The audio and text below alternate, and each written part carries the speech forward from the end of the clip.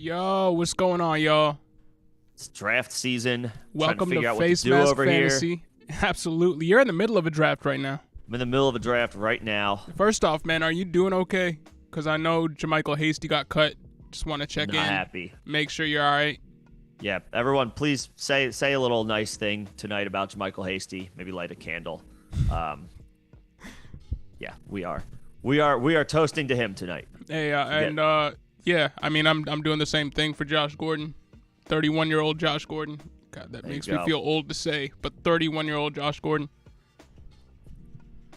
But yeah, man, we're getting closer to the fantasy season. It seems like more fantasy relevant news is coming out every day than we're even used to over the course of the off season. Obviously, today was cut day. We had a couple of trades over the past few days that have been interesting.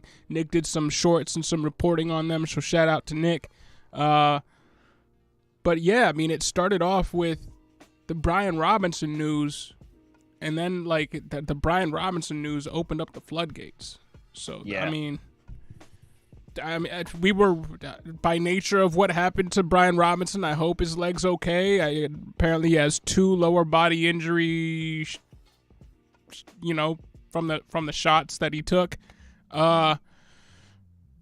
Apparently he's home now. He's out of the hospital. We'll see what that means for his fantasy year. I mean, I would assume we're probably not going to see him for at least 2 to 3 months. But I don't know because nobody knows the severity of the injuries that he's dealing with. But, I mean, hey, Antonio Gibson to the moon. By nature of this injury, it's not the type of injury news that we want to hear. But it is what it is. So I will say, first of all, obviously football is like the least important thing here as it pertains to Brian Robinson. However, we cover fantasy football, so by nature we got to talk about it from that regard. What's significant here is he was put on the 53-man roster. That is a significant development for him. And while we still we're going to stay in the dark on this for a while, I would think, but he might be, based on that transaction, a lot closer than we thought he might be, or that we might assume based on the severity of this situation relative to what our original expectations were, which were as worst case as he's not able to return this year. It's looking like the exact opposite is going to happen. He might return for them at some point. So from that perspective, that's incredible news for him. It's still... Yeah, absolutely. We don't know what kind of caliber was used. We don't know the location of the shots that were taken. We don't know the severity, if it was a graze or if it went both straight through or if there was a bullet in there they needed to take out. We don't know any of that stuff. And I don't assume that we're going to get that information anytime soon, but you're right. It is definitely notable that he was put on the 53-man roster, and to me that means that signifies how much they love him, even more than just like he might get a shot to come back sooner than later. That's not even where my head is at, where I hear that. It's just like, all right, yeah, he was really going to be their RB1, 1A to Gibson for the first and second down role, and then this happened. Yeah, I mean, I would say more than the team just liking him.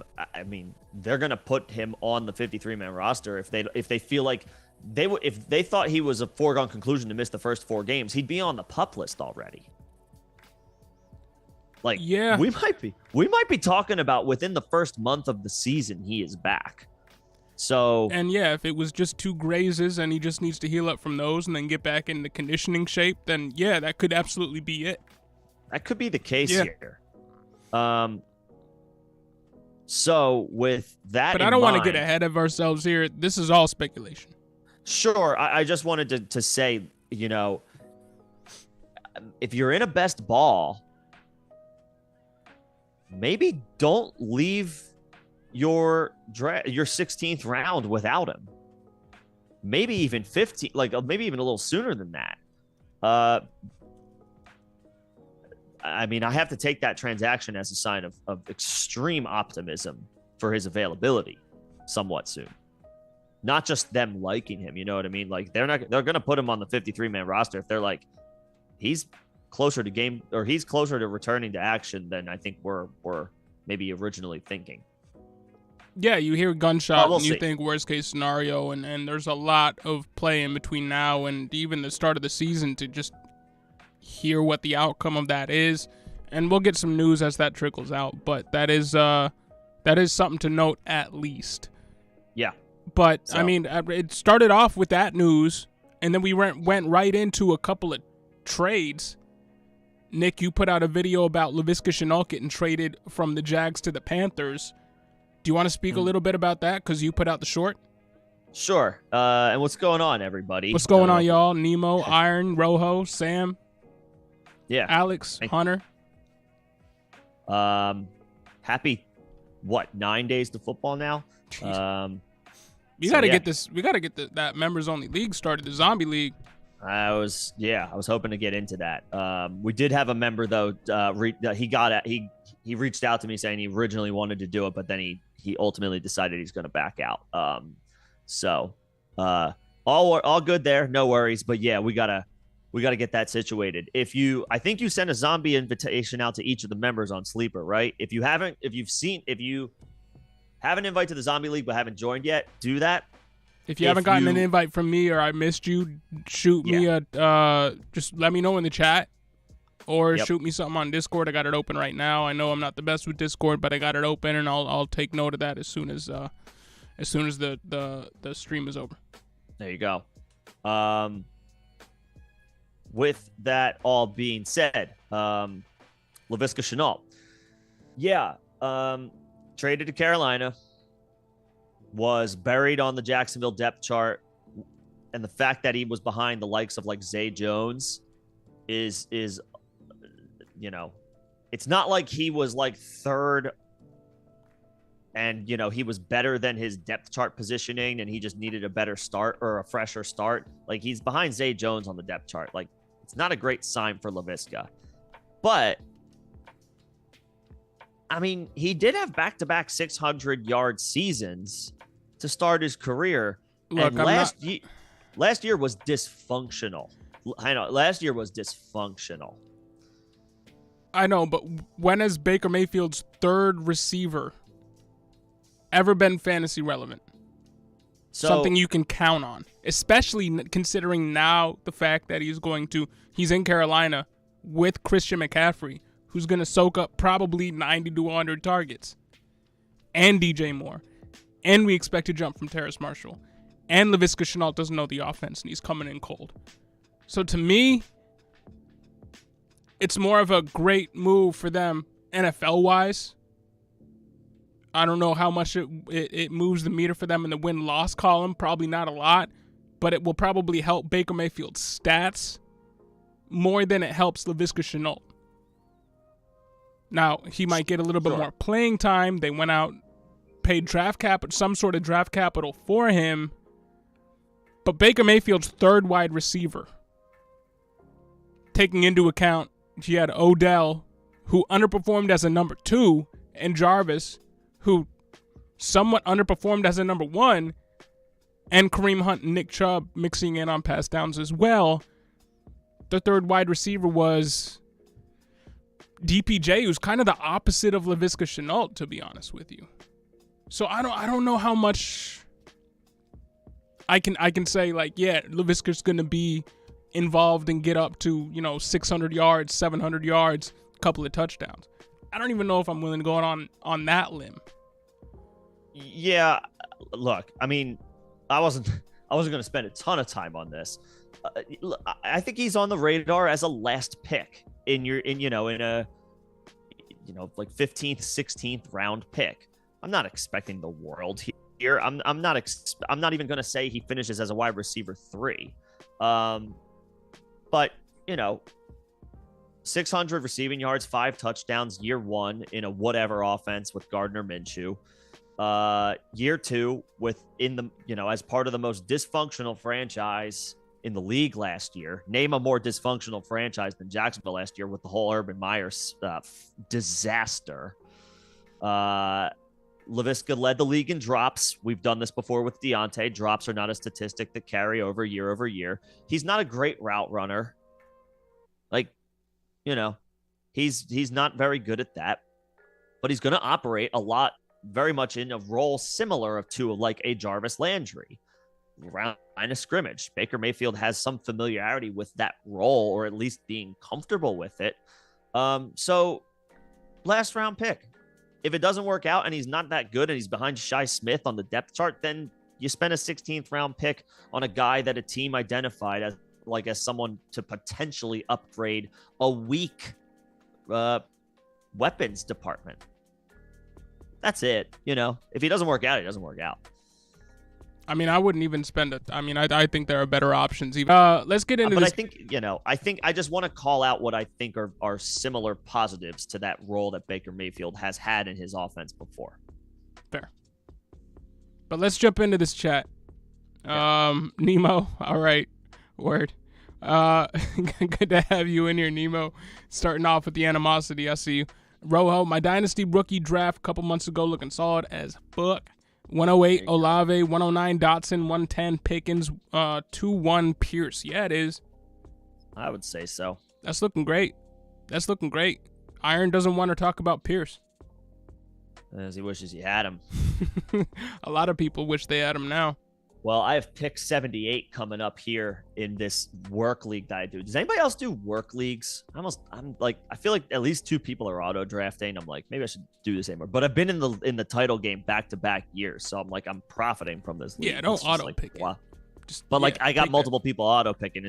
It's only like a $40 mess around thing. But anyway, I might take Dameon Pierce here with a bunch of guys who have been going in like the 5th and 6th round on the board. You think you could wait and just recoup value later on? Yeah, we'll see. Think you gotta go in on him now? Rashad Bateman is actually still on the board. Yeah, I think I'd rather have him.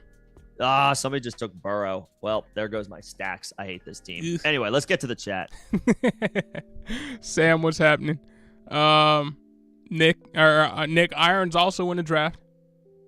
So there you go. There you go. Where you at in this draft, Iron? Best ball? Yeah, is it or like a and you're in 2? You're in 2, not even 1? All right. Rojo, you've never been successfully shot. We hope that let's keep it that way. Let's keep it that way. Alex B. Rob, get well soon. Absolutely. Damn shame you can't IR Robinson yet. I mean, from a fantasy perspective, yeah, I understand it's annoying. From a human perspective, he might come back a lot sooner than we thought, and that might bode well. That's awesome for him. Yeah, that's awesome for him. If he's able to, we don't know. Maybe this is just Washington being optimistic, which in that case, it would be stupid of them to put him on the 53-man roster. But if he's on the 53, they could have easily put him on the PUP list, and I guess they still could. I suppose.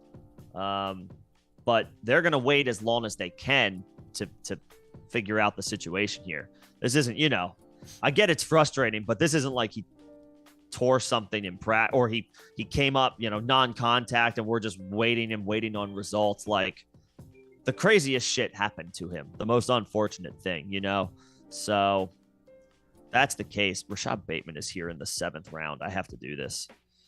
Yeah, I would say go for it. I have to do this. That's a win. I can only start 2 receivers. I have both Bengals guys. Gabe. I grabbed Gabe in the 5th round. Godwin in the 6th, and now Bateman. I'm gonna need to. I don't know, but I'm taking a bunch of awesome receivers. Zero RB, bro. Well, I have Saquon and ETN. I'm just gonna hero RB. I'm gonna hate this. I'm gonna hate this league. I'm gonna hate this team and still win the league. It's fine. There are worse situations. We missed. Sam asked us to talk a little bit about Pierce. We didn't talk about Pierce. True. We didn't. I skipped over that. Sorry, Sam. Marlon Mack got released. Yeah. I mean, look, it's just, if you have him, congratulations. That's it. If you have Dameon Pierce, congratulations. Marlon Mack gets dropped.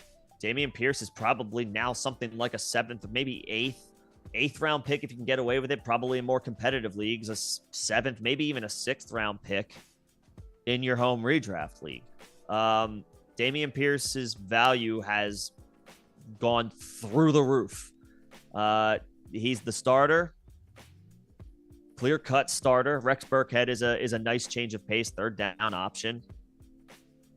And they're moving forward with this guy. In redraft, yeah, go ahead. And if you're in a super competitive league, take him in the 6th round. If you're in a less competitive, but you still maybe the 7th, maybe you can get away with that. As for Dynasty, I mean, yeah, congratulations. If you got a contender, ride this wave. If you have Dameon Pierce and maybe your team is on the up and up, can you get you can get easily a first round pick? You can get a first. You could get more. I think you might be able to get more from a contender. A first and a player, a first and a pick. Yeah. If he's getting drafted in the 6th, he's being drafted around the likes of A.J. Dillon, David Montgomery, Elijah Mitchell, ahead of Josh Jacobs. Sorry. So yeah, you can get a first. You can get a first plus for him. A rookie coming in. I think you can get 2. I don't know about that. You can ask. No, you can ask for 2. You can ask for 2. I think people are gonna laugh at that and balk at that automatically. But one and a 2, yeah. 2 firsts? As the worst case scenario, bro, for a contender right now, I mean, this dude, it just today, maybe not in a week, but today, right now, with Marlon Mack dropped and the hype as high as it maybe ever gets, I think you can ask. You might get turned down, but you can officially ask. Let's put it this way. I think a first round pick is not enough. Just a first is not enough. No. I mean, he's a starting running back with the freshest of legs, and his competition is a 33-year-old Rex Burkhead. Yep. Now, my issues with this team are that they never seem to commit to running the ball. They're going to be behind a lot, so they're going to be throwing more than they run late in games. Mm-hmm. So I don't know if he ever has the box scores to blow you out of the water. Especially because this isn't going to be considered to be a high-octane offense. They're probably going to be playing from behind come the second drive. It's not to say he doesn't have value. To me, I would try to capitalize on the hype as it stands right now. I do not think the hype extends to 2 firsts, but first and a second, first and a lesser prospect at this point, sure. Say Rachaad White. Your camera went off. Went off? Yeah. We got the EOS webcam utility up. But I mean, I like the player. I likened him to a Chris Carson earlier on in the draft process in the offseason because of he runs very violently. He does. And now he has the backfield all to himself. I don't know how well he's going to perform in the pass game. I don't know how involved he's going to be in the pass game because Rex Burkhead could just pick up all that passing down, third down work because that is typically where he has lived in the NFL. But look at Carlos Hyde's 2019 season. He had over 1,000 yards on a Houston team. Now that team had Deshaun Watson, but over 1,000 yards, 6 touchdowns.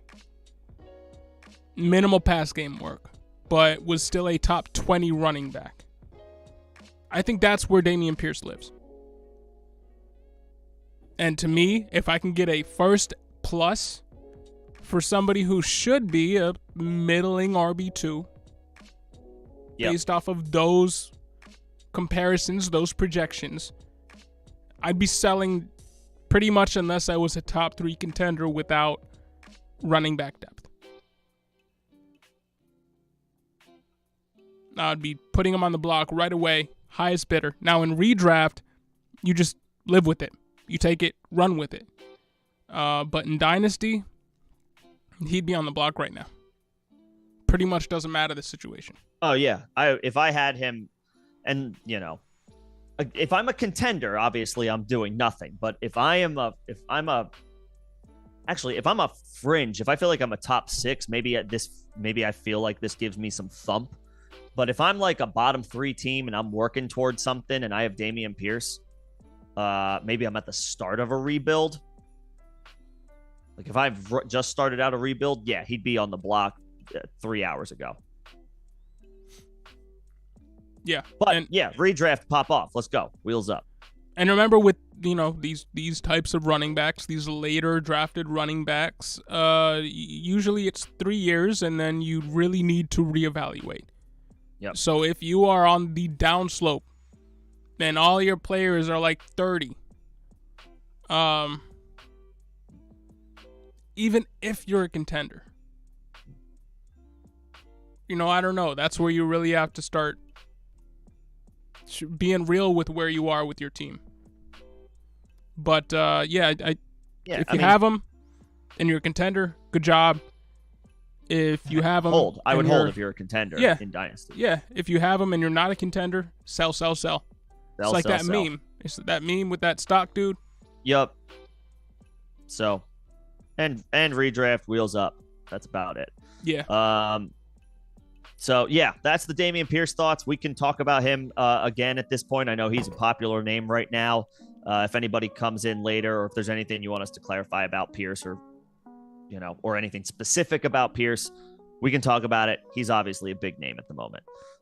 So is Brian Robinson. We did touch on him as well. Definitely get well soon. We can revisit him as well if anybody wants to. But let's keep it moving. Nathan Anthony, happy Tuesday to you. Yes, Hunter, sir. what's going on? Thanks for coming through. Kilo, what's happening? What's up, Kilo? Sam's hype about the Birds. Yeah, they made a trade with the Saints. Johnson. I guess the Saints didn't want to pay him. Don't know why. I mean, I think the Eagles roster is looking pretty strong right now. So let's go. Gardner Johnson. Yeah, man. Yeah. Maddox in the slot. Like, that secondary is solid. They've added some big time names. The Eagles defense, up front, man. Yeah. James Bradbury. almost forgot James Bradbury. The Eagles defense, man. Now they may at this point, they might not be under the radar now. But if they're available to you late, which they could be, people might still be sleeping on the Eagles. That defense for fantasy, man, might be look strong. At the matchups they got, at least early in the season. I don't know what their playoff Detroit matchups are for fantasy, but I mean, Detroit might end up being a little bit tougher than we initially thought. But those first 6 games look enticing for a fantasy defense. So if you play in leagues where you do have a fantasy defense, what the hell is happening here? We're good? No, actually. It seems like I renewed our Zoom license, and it seems like it still hasn't caught on that I renewed our Zoom license. And it's saying that at the 40-minute point, we're going to run out of time, and it's going to shut us off. So let me continue with the chat. Let me see why this is happening. Okay. All right. If we go down, we will obviously come right back up. Streamlabs won't go down. You just won't see our pictures, and you won't hear Nick for probably about 2 minutes, and then we'll get everybody back. Oh, okay. All right. Well, that's worst case scenario. So there might be a little 2-minute intermission. We apologize. We will get back up and running if anything happens, if anything goes down. Yeah, I mean, I'm just going to keep it moving a little bit just to try to... There's nothing I can do. It's going to run out. I'm going to have to restart it. It just is what it is. Sucks for the stream. Sorry, y'all, for the inconvenience, but It's a bump in the road, not a roadblock. So let's just keep it moving until it cuts us off, and then Nick will be back within a minute. All right, Kilo has some trades that he did. Let's see what we got here. There we go.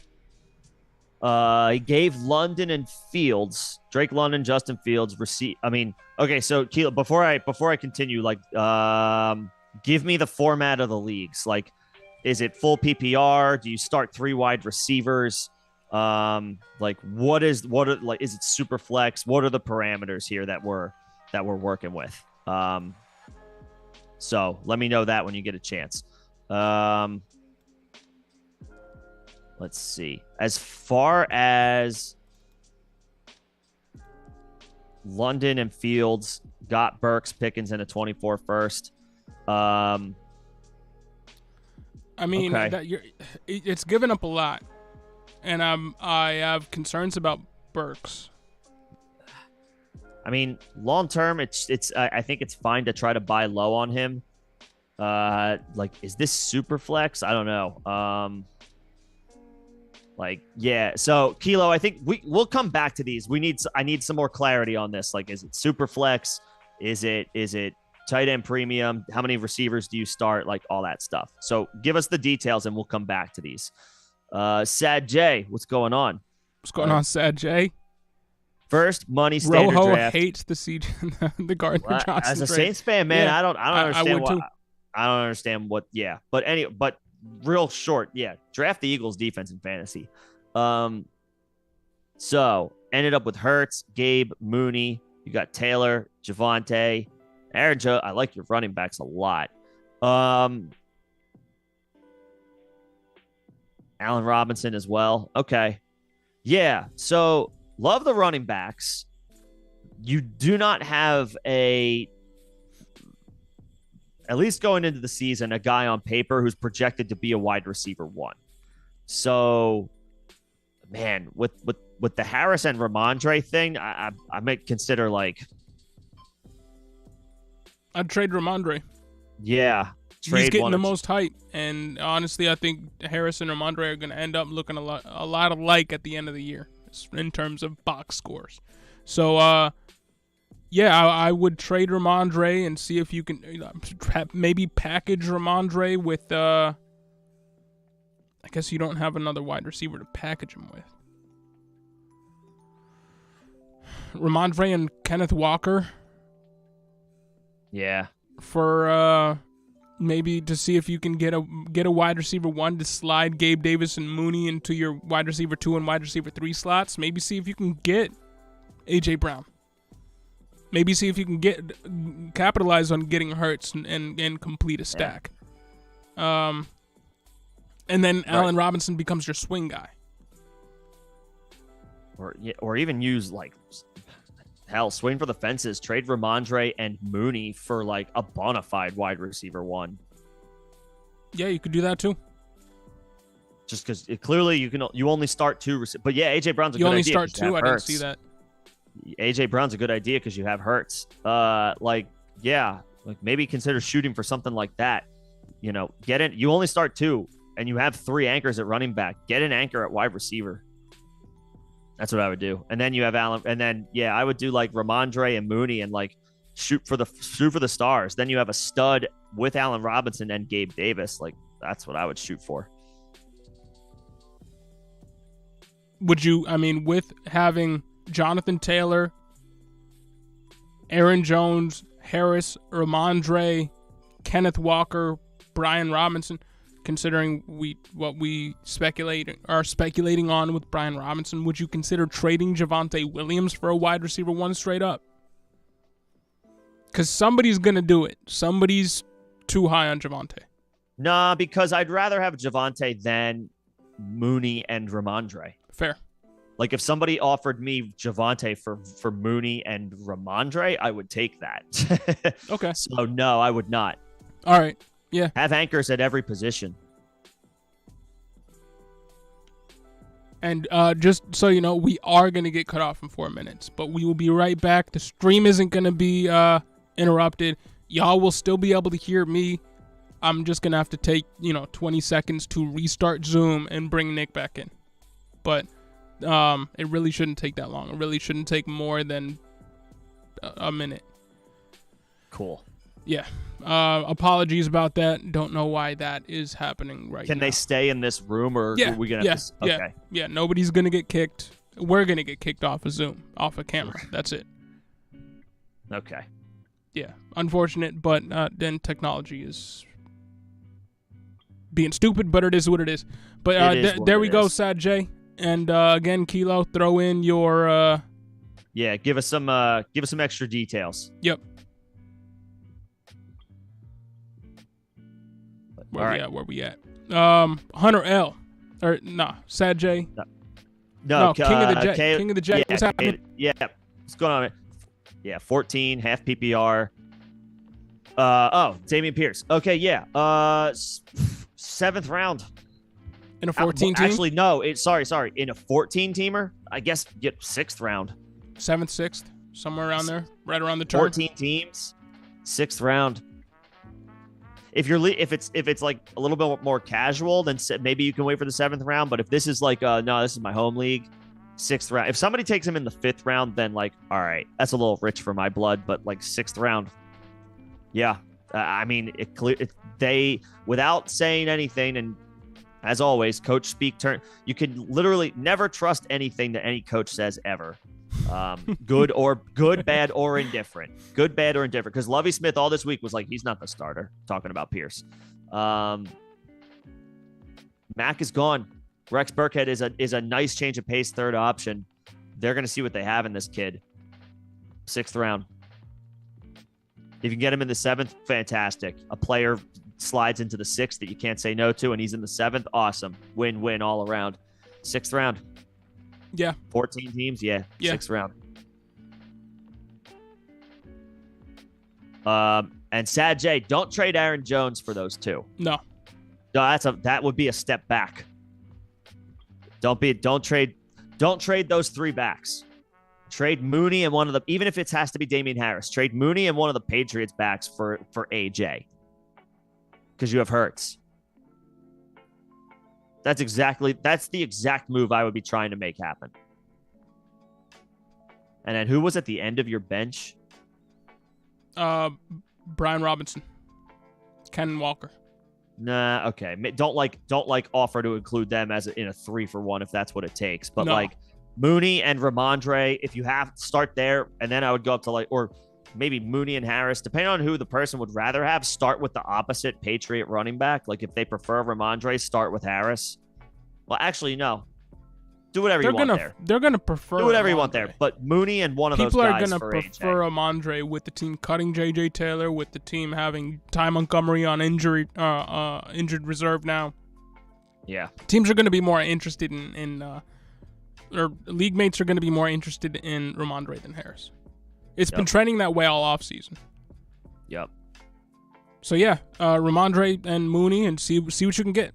Highest bidder.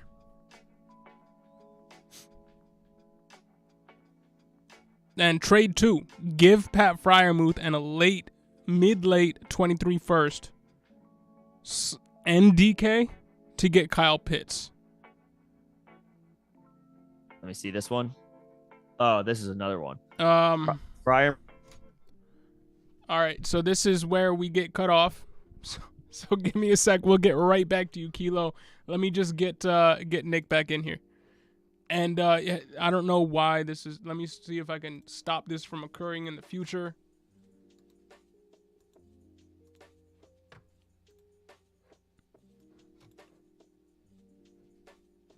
What is happening?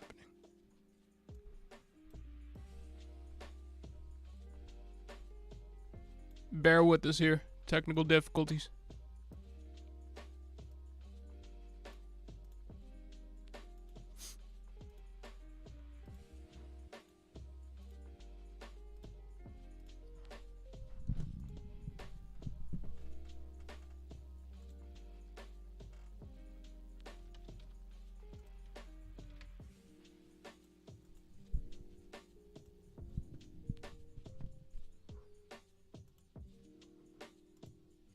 All right, Nick will be back with us real quick. Just sent him the invite.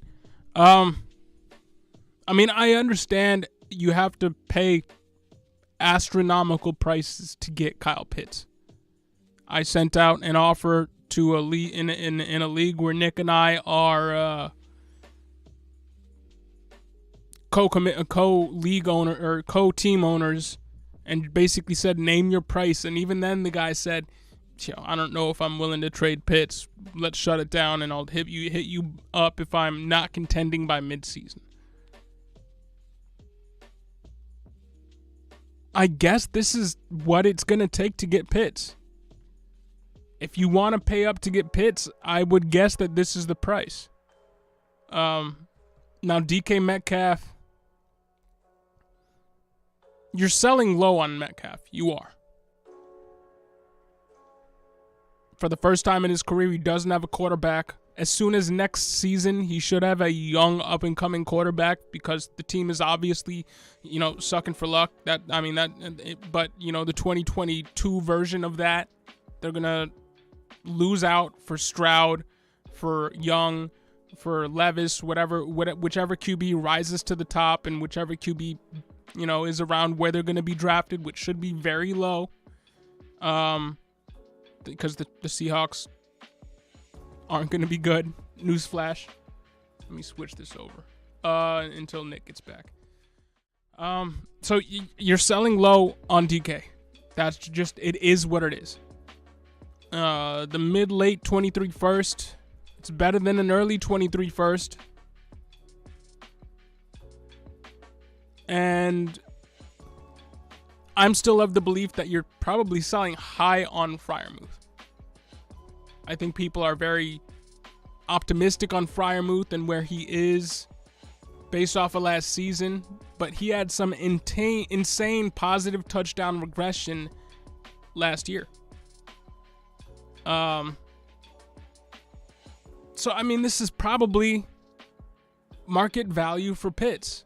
You're getting a 21-year-old, and here we go. Nick is back. Let me switch this back over.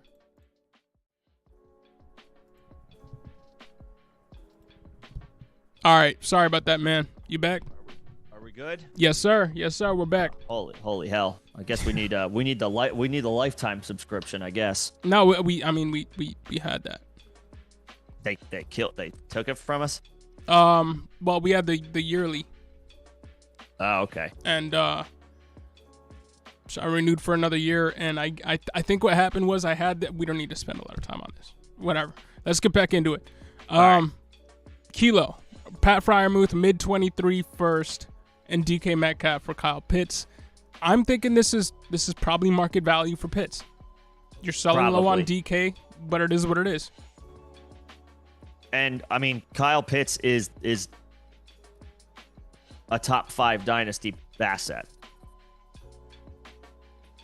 So, I'm fine with it. Here's my thing. If Pitts is one of those players where, like, if you want to go get him, you got to come with a package like this. So, that's exactly what I was saying when you were off screen and reconnecting. Like, this is what it is. This is what you got to pay. If you want it, if you want him, that's what you got to come with. And so that's fine. I'm okay. I'm okay with that. Yeah, me too. I did get the Sad J's comment about Aaron. Don't trade your backs, Mooney and Ramondre for AJ. Go do that. Now is it Hunter? Is that where we're at? Yeah. Are you interested in Marvin Jones or Christian Kirk more now that Laviska Shenault and Laquan Treadwell are gone? I guess I'm a little bit more interested in both. Laquan Treadwell didn't do anything for me. Laviska, I guess maybe. I mean, he was a backup to Christian Kirk. I don't think the Treadwell situation. I'm not too worried about either one. Yeah, the Treadwell situation doesn't move the needle to me at all. Him getting cut, okay, whatever. Laviska, at this point, honestly, it doesn't move the needle for me with them in mind either. It solidifies to me that Travis Etienne is going to be used in the pass game all over the field. Yeah. So to me, this is good. The Laviska moving out is good news for even better news for Travis Etienne. It doesn't affect the deep targets that Marvin Jones is going to get, and it doesn't affect that Christian Kirk was going to be a target hog no matter what. Yeah. I'm still in on both of those guys. Still in on all three, the big three in Jacksonville, if that's what we're calling it, with Etienne in there too. I'm in at ADP for all of them. Yeah. Yep. And they're playing Houston, I think, on the road. Like, two bad defenses.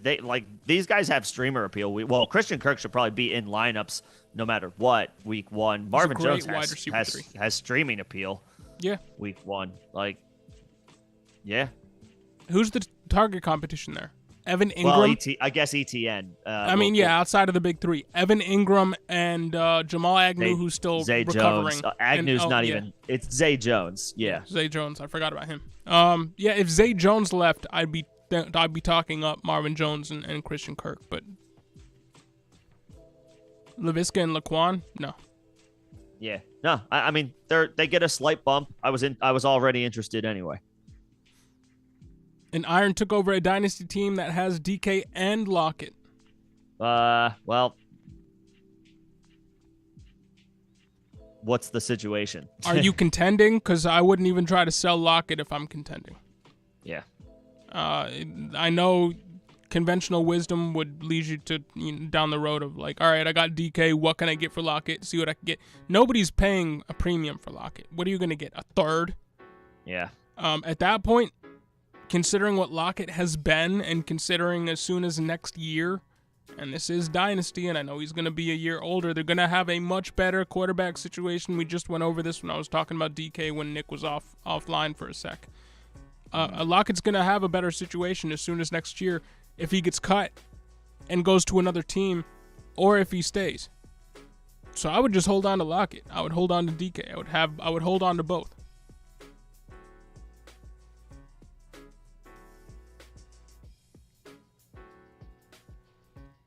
Cali Loco, what's happening? You're going to take your lumps on Batty, Baltimore running back? You thought he'd get some run? He got waived. Yeah. We haven't talked about Kenyon Drake. So we can do this all right now because he's asked thoughts on Drake. And I'm alluding sorry. to. Yeah. Yeah. Let's not bury the lead here. I am concerned about J.K. Dobbins for week one. That's what I think this means. And Harbaugh was very coy about this yesterday in his press conference. Gus Edwards is on the PUP list, right? He's going to miss the first 4 games. That is signed, sealed, and delivered. He then said about Dobbins, I'm paraphrasing here, but had a great day of practice. If he's ready for week one, great. If not, we have guys in here who can play, who can step in. I'm paraphrasing, but that's essentially what Harbaugh said. Dobbins is not 100%. Maybe he's close, but they're being very coy about this. If I have J.K. Dobbins, I'm at least right now today, and things could change. Things could turn a corner. We've seen it before. But as of right now, if I have J.K. Dobbins, 11 days before the first full slate of NFL games, he's on my bench. The Drake I think the signing is official, right? Yes, they made it official. Okay. They made it official. I mean, Mike Davis is a veteran. Kenyon Drake is a veteran. And they both serve slightly different roles. And let's be real, the Ravens are playing the Jets week one. The Jets maybe are on the come up. The Ravens are there. The Ravens are just without a doubt, better team. They're going to win that game. Maybe going away. No disrespect to J.K. Dobbins. The Ravens do not need J.K. Dobbins to beat the Jets. No. I have serious concerns about Dobbins' week one availability. And then from there, it's going to take week-to-week approach. If he's getting drafted in the 4th or 5th round, there's no way. There's no way I'm touching that. I'm fading him by at least a round. Will he play this year? Yeah. That's not in question for me. Right. But do I want to spend a top 50 pick on a player who's not going to play week 1? Just doesn't sit right. I mean, look at the players from the wide receiver position that are going to be out, 6 weeks. It's not. Now, I don't expect him to be out for 6 weeks, but I am now questioning whether or not he's going to be full go until week 7, week 6, week 7. In which case, yeah, I mean, look at the discount you're getting on those wide receivers. You got to swing that over to what you should be projecting for J.K. Dobbins. J.K. Dobbins should be going at least a round later than he is right now. And even then, J.K. Dobbins is a little bit of could have been had at a discount all offseason as well. As for, who's going to be the better bet for touches in this backfield early on, Drake or Davis, it's a crapshoot. I think it's going to be split right down the middle. I don't think any of them are going to be necessarily reliable. I think it's going to be ugly until Dobbins reasserts himself. And at this point, it's anyone's guess as to when that will be based on this Drake news. Because if they weren't concerned, they wouldn't have brought in Drake. So it really muddies the waters. As for everybody's baddie shares, he was always a long shot. And this is what happens with late round running backs, especially now. He has a chance to latch onto their practice squad and ultimately be their next Justice Hill. But this is what happens with 6th round running backs. Either they turn into Isaiah Pacheco or they're waived and go on a practice squad. It's very unusual that they are given number 1 touches. Or even number 2 touches. So, the waters have officially been muddied in Baltimore. And it remains to be seen what the true timeline is for Dobbins. We honestly can't speak definitively on either. The speculation is, a month in, he'll be good to go. But even then, if it was really just a month, do you think they'd bring in Drake? If it was really just a month, you think they'd bring in Drake? Could be precautionary. There could be a little more here. That's the thing. The Ravens are being very secretive about this, and it's hard to get a read on it. So, I'll take a 16th round flyer on Mike Davis, or maybe a little higher than that. But that's it. I don't want this backfield. Yeah, and this could be an indictment on Gus Edwards and Mike Davis. This could just be, look, we don't trust any of those guys. We don't trust Gus to be back at full strength anytime soon, and we haven't liked what we've seen from Davis, so we just need another guy in there.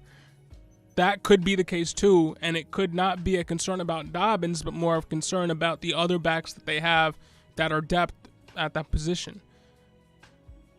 But we just don't know. I think it's more, if I had to guess, it's more about Dobbins, because if it was about Davis, they already had Batty. Right? I would agree. But because then they're feeling like Dobbins, but we don't know. We don't know. It's all speculation. The waters have been muddied. We just don't know. I think Drake sucks for all involved. Drake is better than Batty, right? Yes. Therefore, if they felt like Dobbins was going to be ready week 1, I feel like Batty is the dirt cheap depth guy that you hang on to, and you save your money on Kenyon Drake. That's why I think this is more about Dobbins than it is about somebody like Mike Davis. Okay. Yeah. And I'll throw Gus Edwards in there too. Yeah. Maybe he's like 8 weeks away. Maybe he's more than 4 games away. And I would agree. I was just really speculating and throwing that out. Yeah. I think this is not good all around. I think it's kind of gross. I'm probably not going to touch it. And that's where I'm going to leave that. There you go. So, yeah. Iron, as far as what you can get for Lockett, I mean, a late second, maybe. He's older now, and I don't even think you can get that. People weren't giving. It's hard. I love Lockett. It's a hard sell. People weren't giving a late second for Antonio or for Allen Robinson before he got traded to the Rams. And, I mean, you put those two together, I'd much rather have Allen Robinson. People were struggling to get Allen Robinson or give a second for Allen Robinson. Or get a second for Allen Robinson when he was, fresh off the season he put up with the Bears. Obviously, his price went up as soon as he went to the Rams, but still, nobody's giving up a late second in 2023 for Lockett. I think it really is. He's a third-round pick now. And at that price or cost, third-round picks typically have a 9.4% hit rate. I'd rather hold on to the vet.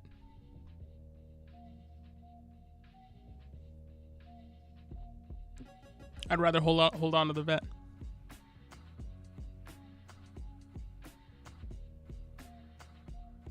Cali Loco, is Shenault playing on the inside or the outside? I agree with John about the usage, but closer to the line of scrimmage or inside the better shorter throws. Slot. He's a slot receiver. He plays over half of his snaps there.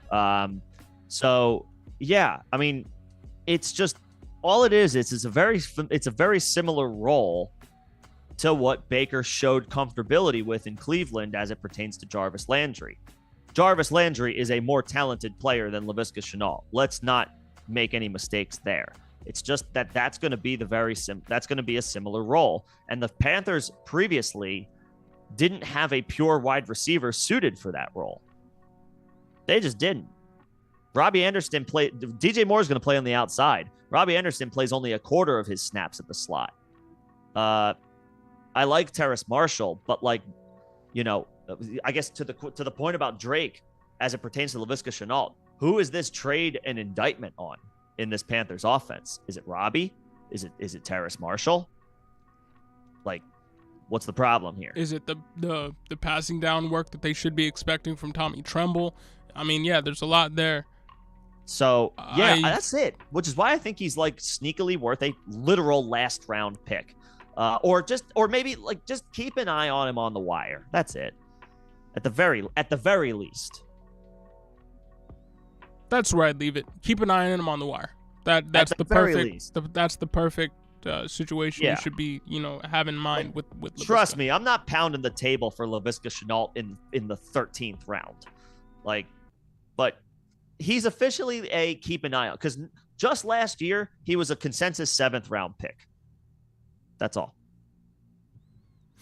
And Nemo, I would not entertain this trade. I would not be trading away CMC plus a package of CMC's. I like AJ Dillon, CMC over Dillon. I like Devonta Smith. I like DK. They're kind of honestly pretty close to each other right now. DK gets the edge. DK's ahead. I'd rather have Deontay than Gabe. I love Gabe. Yeah. I love Gabe. Don't get me wrong, but Deontay has put up a wide receiver 8 season in the NFL. Yeah. And between Knox and Schultz, honestly, I think Schultz is going to have the better year this year. So if you're trading away those players, I wouldn't do it now. I would maybe wait a year and see if you can get better return. Not that the return that you'd be getting is bad, but you would need to add another first on there for me to consider this. Yeah. Yeah, agreed. And Callie likes your Pierce short. So appreciate glad you liked it. Yeah, I mean, wheels up on him this year. If I was a fringe contender or less in Dynasty, I'd consider getting him as sell as high as you can. If you're a contender like Bonafide, ride the wave, and draft him in the 7th round in your redraft leagues. Giddy up, man. Yeah, you gotta adjust to news like this, and that's his price now. That's his cost now. So there you go. Yeah, no more bootleg on the stream. We're good to go. We're bueno. Sorry about that though, and you appreciate it, man. Your first compliment from Nemo in a while. Yeah, what is happening? Twilight Zone. What you feeling okay over there, man? I don't know, man. Shit. he's I feel like he's buttering me up for a trade or something. Trade offer. Nemo, you feeling okay over there? CXK Dynasty Superflex. What's up, CXK? You traded away Brian Robinson for Christian Watson like 4 hours before the news went down. Other owners want to reverse it. Like 4 hours? No. In big boy leagues, nobody should reversing trades. This isn't like... Two adults agreed on a deal, and it is what it is. You got to deal with the consequences. Yeah. There's no training wheels in this. Like, yeah. This is right. Would they do it at the NFL level? Like, no. And obviously, the stakes of the NFL are significantly higher than the stakes of your average fantasy football league. But like, we still take it seriously. We still care about it. We care about our leagues. Like, things happen. Even the craziest things happen. Like, this is not the same. This is not by any way, shape, or form the same thing. But in a keeper league a few years ago, I had Nick Chubb rostered when he was a rookie. And I dropped him. And then like 5 minutes later, Carlos Hyde, who was on the Browns at the time, got traded to Jacksonville. And I was not eligible to put in a waiver claim for Nick Chubb because we hadn't moved over to Fob yet. And I had to watch him get scooped up by somebody else, knowing I could not get him back. Oh well. That's just how the cookie crumbles sometimes. No, like John said, this is put your big boy pants on. Like, get over yourself. Yeah, things happen. It's not your fault that something no vetoing happened. Trades in fantasy leagues. If your commissioner is still about and your league mates are all about vetoing trades, you might want to think about either impeaching the commissioner, which Nick and I have both been involved in doing in long-standing fantasy leagues. It's whatever. You gotta do it sometime. If the person leading the charge for your fantasy league is making weird decisions like that, and then yeah, man, I like you both agreed as adults to make a trade. You made the trade, and then some bad news came out. If he would have torn his ACL, would it have been different for your league mates or the other owner if he would have torn his ACL 4 hours later? Or is it a knee-jerk reaction to the guy getting shot in the leg a few times? Yeah. Like, just disregard it. The other owner wants to reverse it. Tell him it's bad luck and it is what it is. Yeah.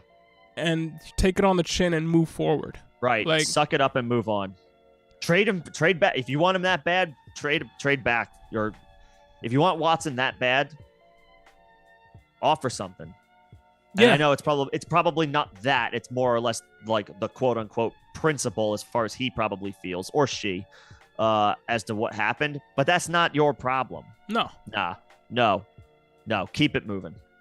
Yeah, I mean, I don't know how moving. Like people have been playing fantasy for some different amount of times, but I mean, Nick, you've been commissioner when I have made deals that have been reversed by people when we were still entertaining the vetoes on trades, that hindsight 2020, a year later, 6 months later, even a month later, I didn't win clearly outright, or didn't clearly lose outright, or whatever. Like, it's, if two adults come to a decision, an agreement, then the two adults need to honor that agreement. Unless stipulations were put in beforehand when you agreed on the trade, it is what it is. So I hope the other owner understands that, CXK. Doesn't give you too much of a hard time for it, because it's not your fault. Dude got shot. Yeah. Kilo, Superflex, start 9, 2 wide receiver, 2 running back, 2 flex, half PPR. So let's go back up to Kilo's trade question. Give Fields and London, got Burks, Pickens, and the 24 first. Yeah, I don't like that one. Considering it's Superflex, I don't like that one. That's tough.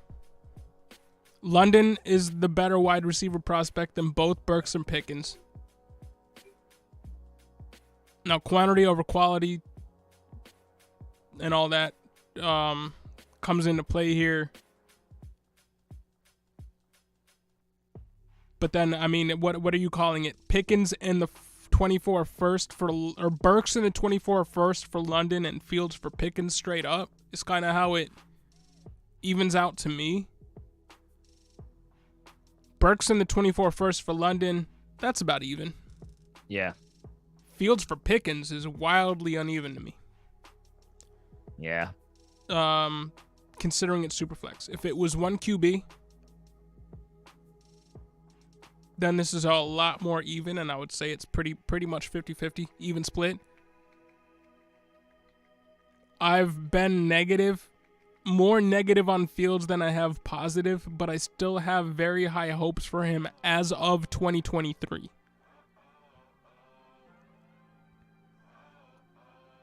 So I hate to say it.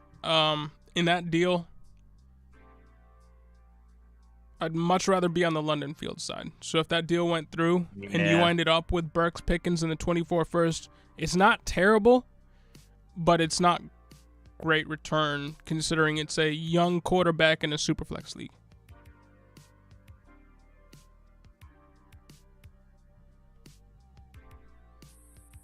Yeah. You would need to add another first onto that to make it even to me. Yep. And it would have to be a 23 first.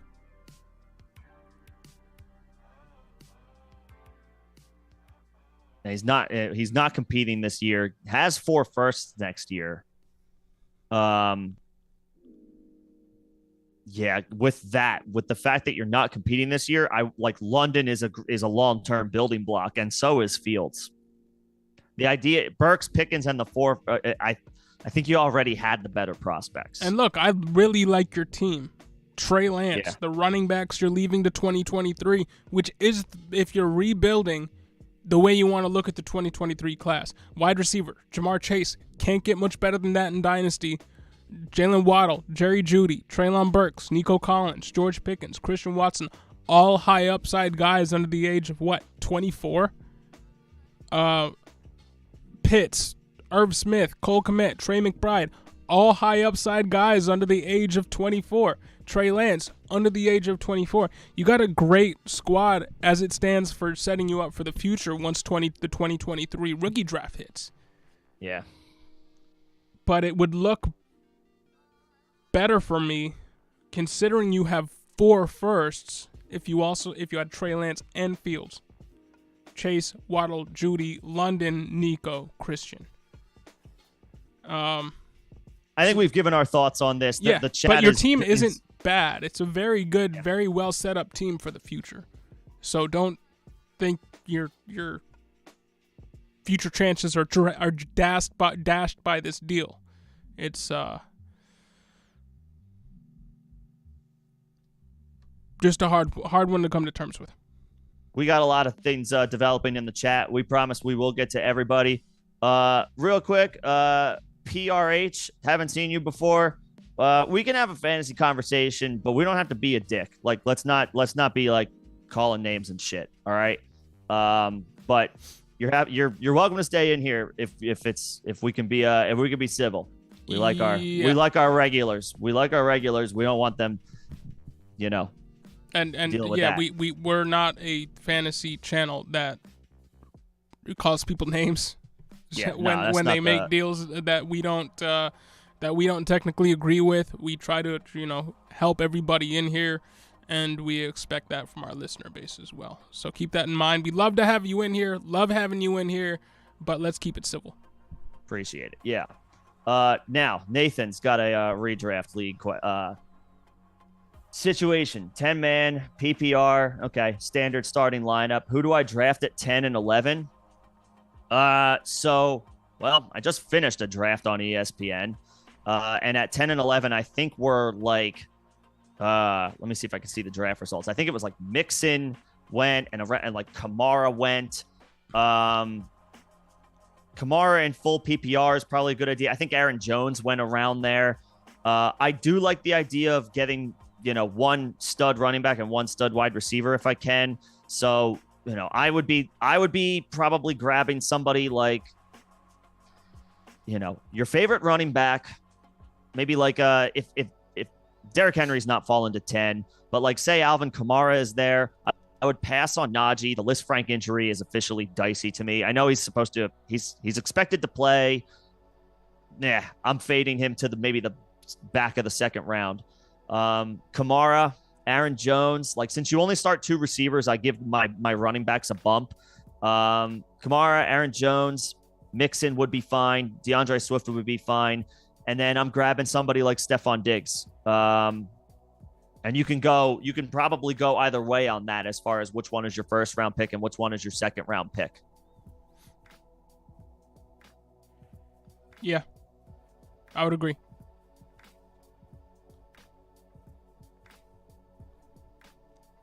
And as far as Jaws, what's happening, man? Was there a contract reason to keep Burkhead over Mac? Hard to figure that one. Thought he looked pretty good with the chances he had and a better talent than Rex in my eyes. Both good on third down. I would say Burkhead's the more versatile guy. When you look at both of them, I mean, Burkhead has much less tread on his tires than you would think for a 32-year-old running back.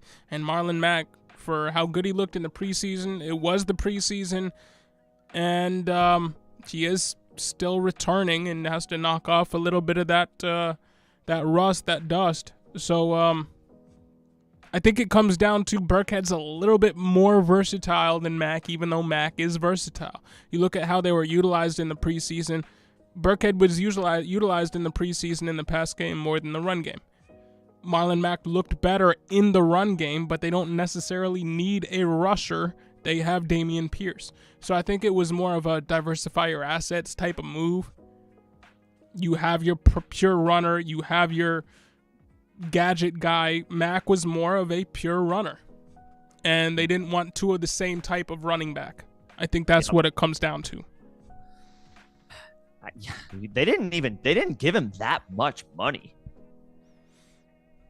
Yeah, like it's head scratching, and they still have Royce Freeman on the roster instead of Marlon Mack. It's head scratching. It is. It's a little weird. It is a little weird.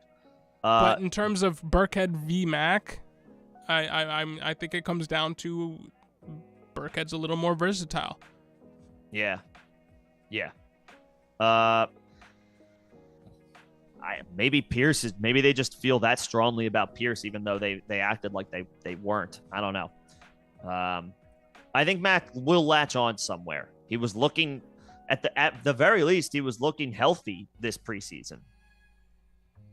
So I think he latches on somewhere. Maybe you have to wait till midseason, but keep an eye on him on waivers. And Nemo, Kevin Harris just got waived. Well, it shouldn't have been the contract. I wasn't expecting that. But again, this happens with later round running backs. And I wasn't expecting it because James White obviously retired. Ty Montgomery got injured late in the preseason. And Pierre Strong early in the preseason, after that preseason, the week 1 preseason game, was getting shitted on by the coaching staff, saying he needs to do more. And Kevin Harris was getting play over him in the first 2 preseason games. Now, something happened in practice to where Pierre Strong showed to be, again, more versatile than Kevin Smith. Kevin Harris is going to get picked up on the practice squad. On a practice squad somewhere, if not the Patriots. And I wouldn't cut him. You also hear a lot about players getting cut and then put back on the team, the active roster. That does happen. Sometimes these teams play contract gymnastics, roster gymnastics with players where they just say, just wait, we'll get you back on the 53-man roster. Yep. Just wait. We just need to deal with another contract roster situation that we have ongoing right now. So I'm kind of holding my breath for something like that. Even if Kevin Harris does just end up being a practice squad guy for them, still holding on to him for the entire season, because as of next year, it could look like Ramondre and some combination of Pierre Strong, Kevin Harris. So I'm still holding on to those guys. Now, the Patriots just look funky to me right now Because they also just cut both of the third-round tight ends that they drafted 2 years ago. Now, I know last year they shelled out a ton of money at tight end to bring in Hunter Henry and Jonnu Smith, but that is supreme mismanagement of your roster from your GMs. Yeah, and the draft. And the scouting and all. Yeah, that's what I mean. All of it, yeah. Like, how do you do how do you do that? It's not even a regime change. It's not like the Vikings where they're just trying to just clean house from the past regime. It's the same regime. Who left? Josh McDaniels left, but they cut both of their third and fourth round picks from 2 years ago. It's a lot of head scratching stuff going on with the Patriots. All of in New England, all of the news out of New England is straight up bad right now. All of it. What's some good news coming out of New England? Mac Jones is apparently struggling more than people think that he should be coming into his year 2. Have they named an OC? Have they named a play caller? Right? It's all weird. It's all weird. It's not what we are used to from the Patriots. And frankly, I'm here for it because fuck the Patriots. But it is what it is. I mean, are you at all worried about their running backs just from a vibes perspective? Because they're the strength of the team not just for them, from a fantasy perspective. No one else is getting drafted. No Patriot is getting drafted before Harris and Stevenson. No, because I expect their situation to look a whole lot like it was last season, where. But the vibes are weird. Mac Jones is to your point is struggling. I mean, but all it takes is Mac Jones to just plateau where he's at. What did he come into the league as? Very pro-ready. What do pro-ready quarterbacks typically do early on in their careers? Plateau. They don't grow a whole lot from where they started. So it's not.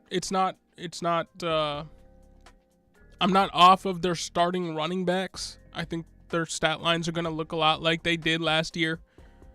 Remember, Damian Harris had 13 touchdowns last year.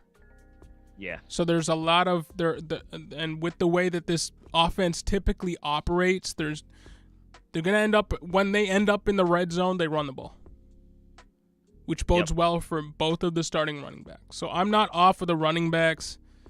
To that point, hold on to Kevin Harris. Yeah, in Dynasty, hang on to him. He'll latch on somewhere. And in terms of Lance McCutcheon for the Rams. Yeah, he's been balling out. I mean, he earned a roster spot. Wasn't drafted, earned a roster spot. Good. I mean, how can you not? Yeah, but he's stuck as their. I think this is why they dropped Jacob Harris. But their top 3 are solidified, and I don't think he's rising up ahead of Van Jefferson, and either of the top 2 guys ahead of even Van Jefferson. No, Lance McCutcheon looked great with the 2s. Remember, he was out there with the 2s, all of the second stringers.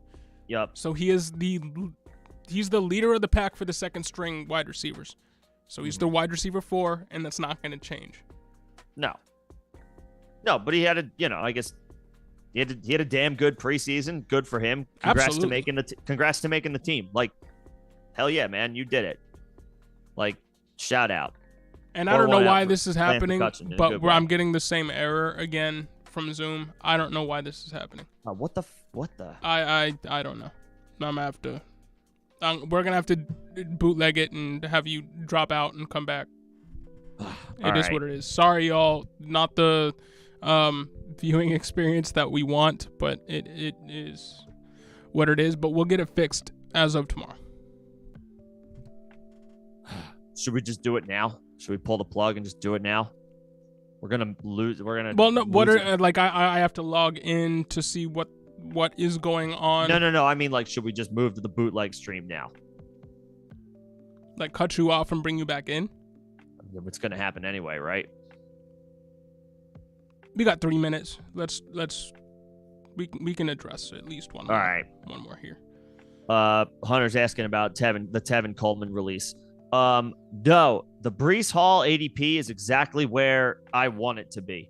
I think this is the same exact situation as Breece Hall or as Dameon Pierce. teams bring rookie running backs along slowly, unless they draft them like in the first round. Hall was a second-round pick. The Coleman injury or the Coleman release is great news for Hall. And the fact that they are acting like Michael Carter is the team's RB1 continues to keep his ADP from skyrocketing when it should be higher than it currently is. You should be drafting Breece Hall at his ADP. He might not be a guy that you can rely on to start the season, but the natural progression for rookie running backs is they take over by the middle of the season. Hall is going to be an excellent second-round player in the redraft. Player in the redraft. Yeah, Tevin Coleman was always just a dude that the coaching staff loved. Brought him over from San Fran. I think it was more of a comfort zone type thing for them with Tevin Coleman and Robert Saleh coming over from San Fran than anything. And now they have the personnel to make Tevin Coleman obsolete. And he's older. And he was never a great running back in the NFL or in fantasy. So, I mean, it doesn't really move the needle for me. Hall was always going to be that guy. Yeah. And Quinn Math was happening. Drake sucks, honestly. Well, I mean, he tore his ACL last year, right? I mean, yeah, he's not like the best, but whatever. And he's a veteran body. He got 40 targets in 12 games. That's not... his usage sucked from where we remember him being in 2020 with Arizona, where he was a top 18 running back for them. Then even higher than that, honestly, on a points per game basis, on the back of 10 touchdowns on the ground. And but we're about to lose this. We're about to lose this feed, by the way. Yeah, less than a minute. So let me shut this off and bring you back in. Yeah, we're gonna bootleg it, but we'll be back. Let me see if I can just reset Zoom altogether. I don't know what the hell is happening. But sorry about this. We'll be back in 1 second, y'all.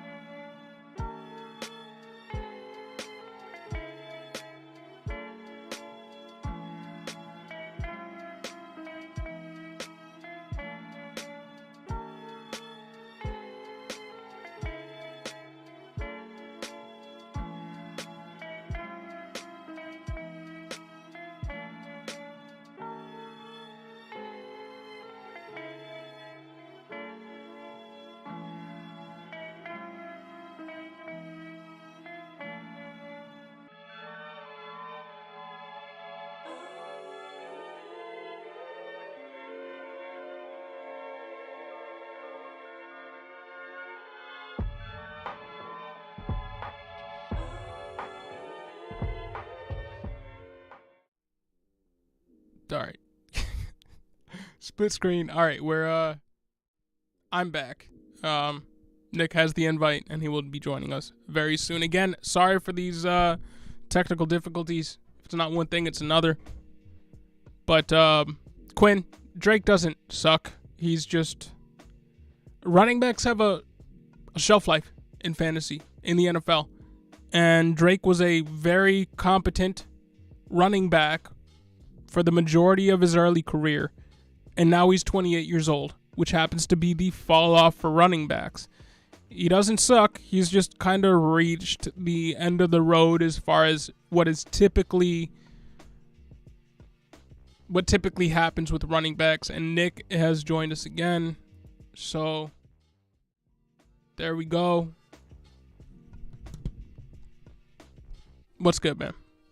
Good. Are we back? Yep, we are back. Holy hell! Sorry, this is a disaster. Yeah. Sorry, everybody. Yeah, it could be a lot worse. I could have a transformer blow on the block and it completely interrupts the live stream 100%. At least it is just a 30-second fix, but it's not ideal, and we will get this fixed as of tomorrow. It's still not great. I don't know why it's going on. But is the Laviska move to give CMC some relief?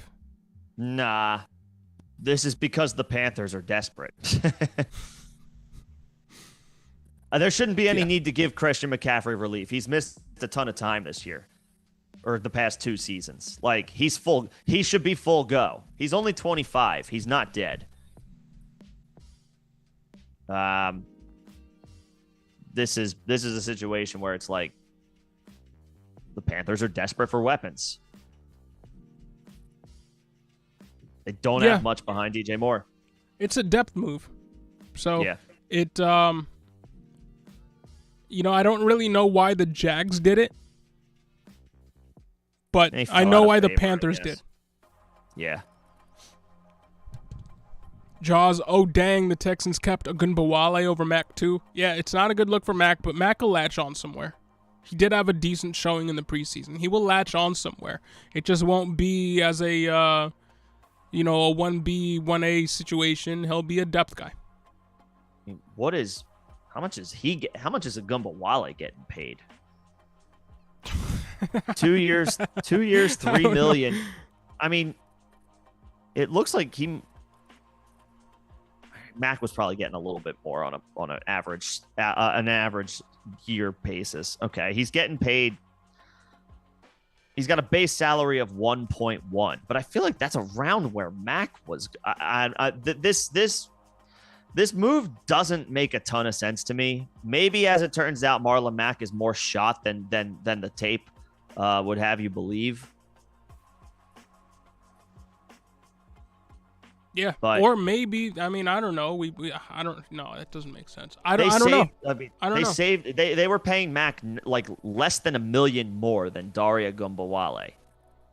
It's not the cap. I don't know what the situation here is with them.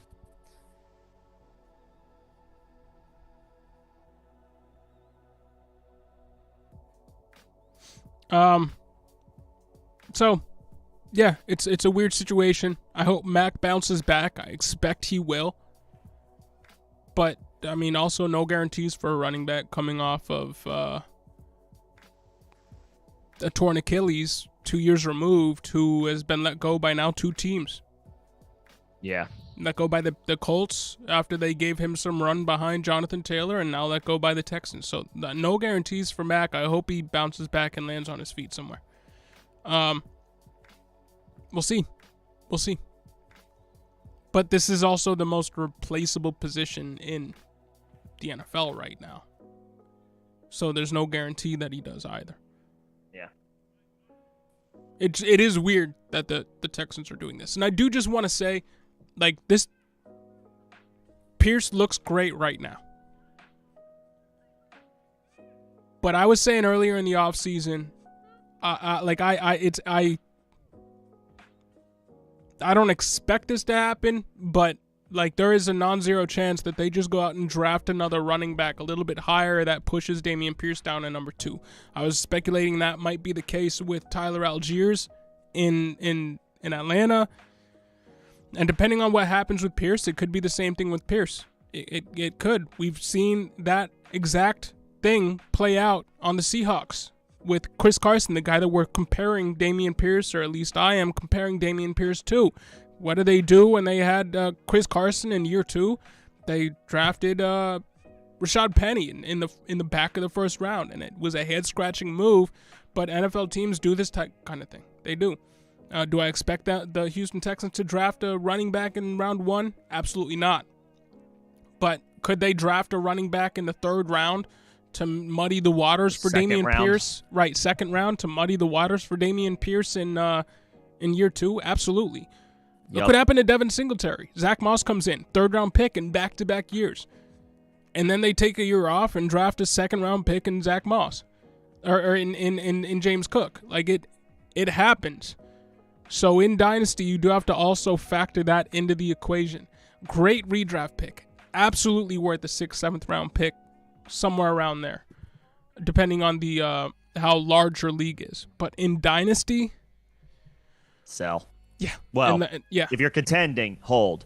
If you're not, sell. If you're contending, entertain. I don't even think Dameon Pierce is a pure hold unless you have legitimately nothing else at running back, and he's your running back 2 coming into the year. then obviously you hold. But if he's like your RB4, which is probably what a lot of people drafted him to be, like, even if I'm a contender, I'm entertaining trading him. So I just want to throw that out there with Dameon Pierce in mind. Yeah, just want to throw that out there one more time. And Nemo, definitely not my team, but it's a friend's team. All right. All right, so Quinn traded Kareem Hunt for Zamir White, and is that James Which Robinson is that? Oh, Brian. It has to be Brian because you said 24 hours before. Yeah.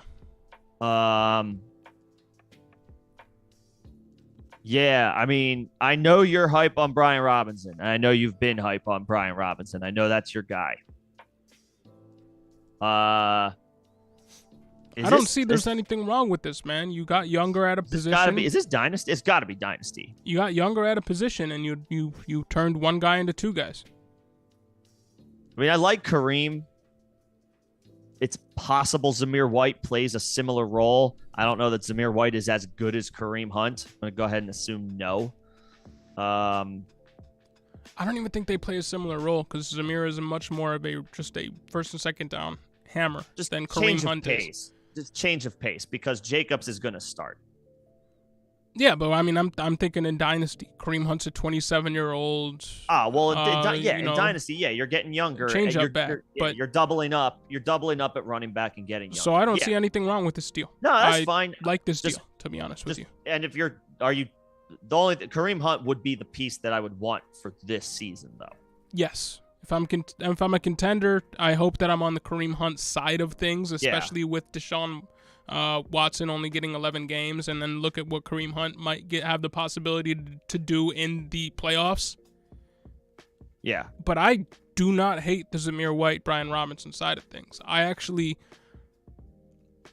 if I'm not a contender, I hope to be on that side of the deal. Yeah, if I'm a fringe contender and maybe I'm like, well, let's go ahead and kick the tires on getting younger, then yeah, sure. But I want the Kareem Hunt side if I'm contending. And if that's redraft, I assume it's not. But if it's redraft, then it's a loss.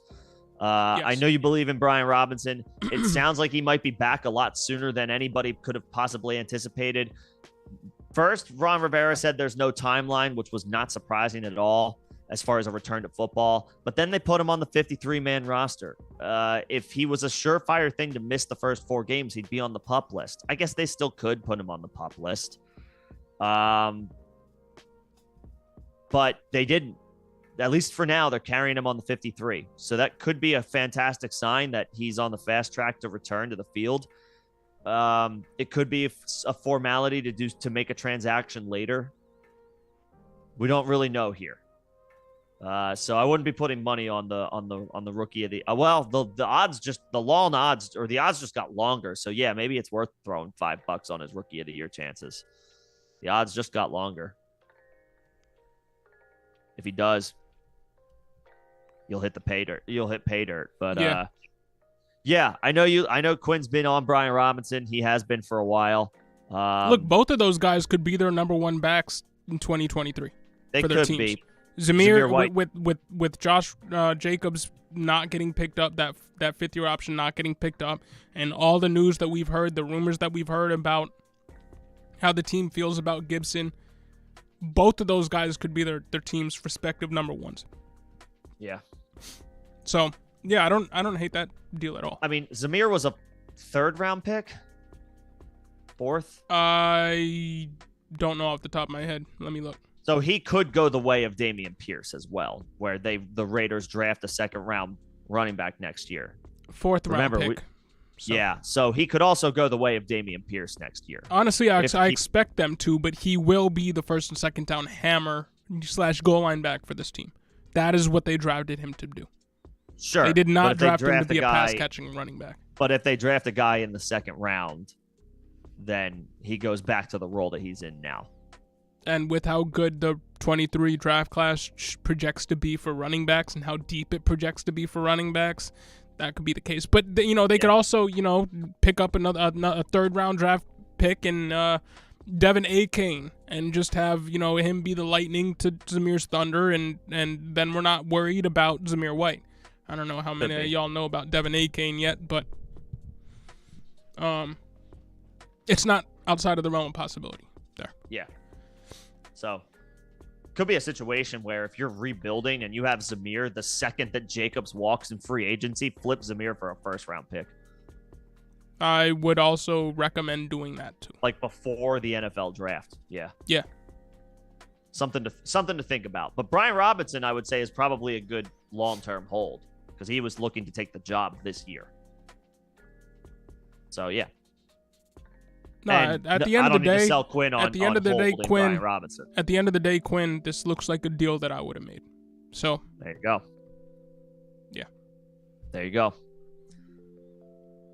Sam throwing a little shade at you. Yeah, a little bit, I guess. Yeah. Whatever. Yeah. No, we said our piece on that one. Yeah. Nathan, I don't know what to make of this.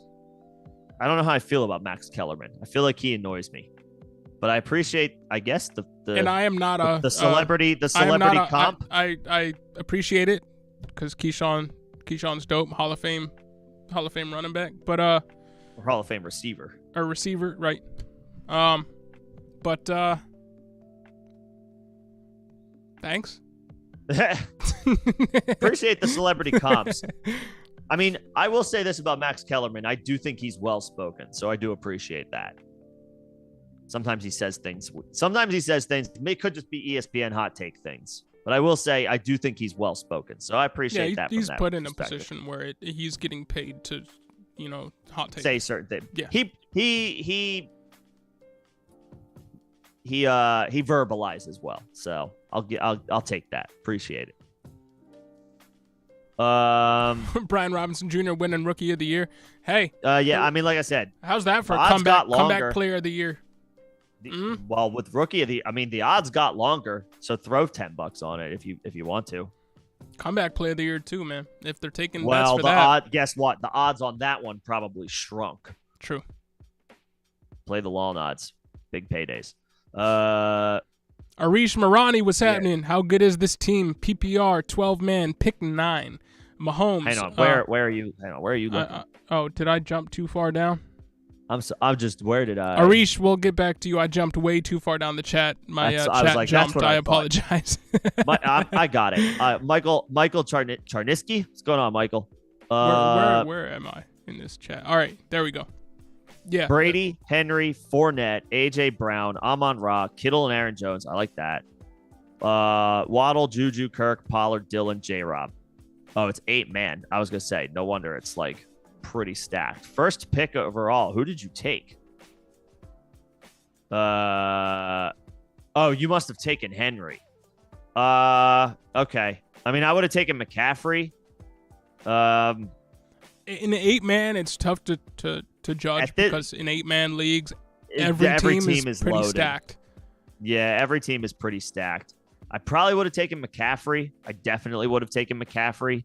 But I mean, coming back around and still ending up with Aaron Jones and Fournette. I mean, you have 3 guys who are projected to be RB1s. Yeah, I mean, it looks really strong, man. Yeah, it's an 8-man. It's an 8-man league. They're generally loaded. It's just the player pool is huge, and the number of teams, the number of roster spots, even from a 10-man league, shrinks by 30. Like that's 30 more players available to 8 more teams. It's just, the talent pool is deep, and each team comes out looking strong. Yes, Derrick Henry was the RB1 by a wide margin while he was on the field last year. He's older now. He's coming off that foot injury. And the Titans might be worse this year than they were last year. If Henry's a house, I would probably put him as my RB3, maybe RB4 in full PPR. I guess I'll give some credit to Austin Eckler, but I would take, because he's older and the foot injury concerns, just because it's a Lisfranc, right? It was a Lisfranc injury. That's just, I have a little bit more of like long-term concern there than I do with McCaffrey's injuries, which were more like that season he was affected, but not long-term. Taylor, I'm taking Taylor over Henry. And in full PPR, I would take Austin Eckler. Henry's awesome. He's a top 4 RB. 101. I don't know what I would do. But 8-man league, when you can get loaded rosters, take your favorite player. Sure. Yeah, I mean, if you look, yes, Henry was head and shoulders above everybody else in points per game last year. But you know who's been head and shoulders above everybody else in points per game from the running back position in 3 years prior? In the 3 years prior to that, CMC. Yeah. And to Nick's point, and to something that we have not talked about at all, Nick addressed some of the news that has happened in the past 5 days, couple weeks, and we put out V3, Volume 3 of the Redraft Draft Kit, available in the second link below. So even if you have the draft kit, download this new version. It does. We have some new tidbits in there for you on a few players. Took out Sony Michel, put in Raheem Mostert, things like that. Update for Najee Harris. I gotta put Rex Burkhead in there. Update for CMC. Nick advocates now putting CMC ahead of Jonathan Taylor, which is a relatively new development. So things like that, but definitely y'all, everybody in here, I see 12 people in here. Download that new Redraft Draft Kit. It is available for y'all for free. Second link below. All brand new information. So just wanted to throw that out there. And with respect to 8-man leagues, it looks like for all y'all members in here, it's going to be looking like an 8-man zombie league. If any of you members in here have not joined the zombie league and are looking to join the zombie league, we are going to set that off relatively soon because we don't have a lot of time. And we need to get some more teams in there. So if you haven't joined and you're interested, definitely do that. But just wanted to throw that out there. Yep. Always good to do a little shout out for some of the perks and products that we have available to us here on the Face Mask Fantasy YouTube channel. So check it out. Let's see. All right, so you turned a 12-man league into a 14-man league. Nice. In the 19th year of existence. Respect, man. Separating the men or the men from the boys. I've been wishing that a couple of my 12-man leagues would turn into 14-man leagues. I would do it. Because, to what Nick just said, separate the men from the boys. It makes it that much more difficult to win. It makes it that much more difficult to construct a dominant team. Less luck involved. So, I like that move for y'all in your 19th year of existence, making it more difficult for all your league members. Hopefully, you take it home this year, B. Meach. And he's got a question right down that we can help with right away about Juju. Are we picking up Juju shares this year? Yes, he should be drafted sooner now based off of the landing spot. I've gone back and forth on Juju this year. On one hand, yes, the situation could not be better. He went from a broken Ben Roethlisberger and in a situation in Pittsburgh where he kind of got worse since that big second-year breakout that he had. Each subsequent year since then for Juju has been worse, and it culminated with a season-ending injury last year, right? By like week 5 or so. Maybe a little later. Maybe a little soon. I honestly don't remember actually off the top of my head. Regardless, they didn't have Juju for basically the majority of the season last year. So it was all downhill for Juju after his second season, which is kind of the opposite trajectory that you expect from young wide receivers who flash right away. Now he goes to Patrick Mahomes. There's a million targets available in the Chiefs offense with the departures of Tyreek Hill, Demarcus Robinson, and Byron Pringle. Most of those are Tyreek Hill. But Juju wasn't like the marquee free agent signing around some other little minor, moves that the Chiefs made. They also added Marquez Valdez-Scantling. They drafted Sky. Yeah, they drafted Sky Moore in the second round, right? And who else am I forgetting about? Wasn't there another receiver? Maybe not.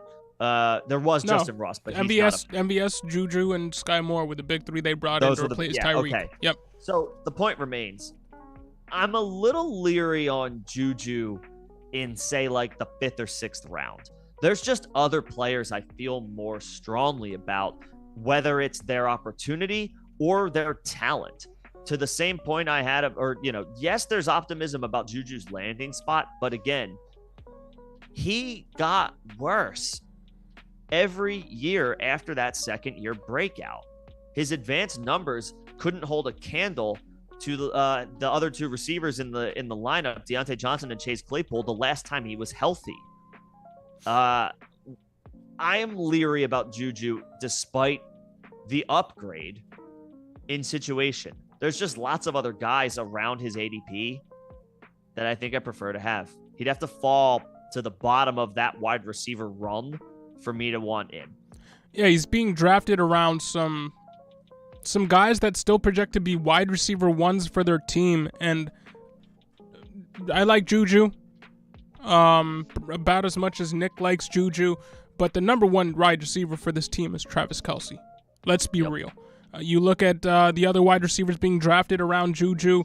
It's Deontay, it's Brandon Cooks, it's Rashad Bateman, Amon-Ra, DK Chris Metcalf, Godwin, Michael DK. Thomas. I'd rather have all those guys. Yeah, and they're all, with the exception of, Rashad Bateman, they're all number ones for their team. Juju, he also is basically he's a slot receiver. He's one of the historically he's a slot receiver that rarely comes off the field in Pittsburgh, but he is a slot receiver, which means that he requires a lot more targets for him to reach the heights that we expected from him his first season when he was playing opposite the best wide receiver in recent memory in Antonio Brown, when Antonio Brown was in his prime. He's not playing with that caliber of wide receiver across from him who's going to be demanding double and triple coverage and leaving him wide open in the middle for the short to intermediate routes for Pat Mahomes to pick apart the defense with. He's going to have his games. I legitimately have no shares of him. I don't have zero, but yeah. And I think that speaks to how I feel about him. All else equal, I would rather have MVS like rounds later. 6 rounds later. I don't even want MVS. I don't even want MVS, but if I'm investing in wide receiver in this offense, I'm taking the guy that they paid more money, gave more tenure to, has more opportunity for explosive plays to, if anybody's going to replace what Tyreek Hill brought to this offense early on, it's probably going to be MVS over Juju, and he can be had 6 to 7 rounds later. Like, I'm taking that guy. That's the guy that I have ended up with more shares of, but even then, I don't have that many more shares. I don't have that many shares of MVS either. It's weird to be kind of all out on a Pat Mahomes offense, but outside of Kelce, I kind of am.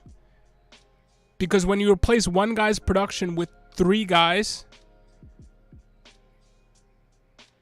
if all goes as the team plans, like it's like, where's the upside if Tyreek Hill's production is getting split between 3 receivers?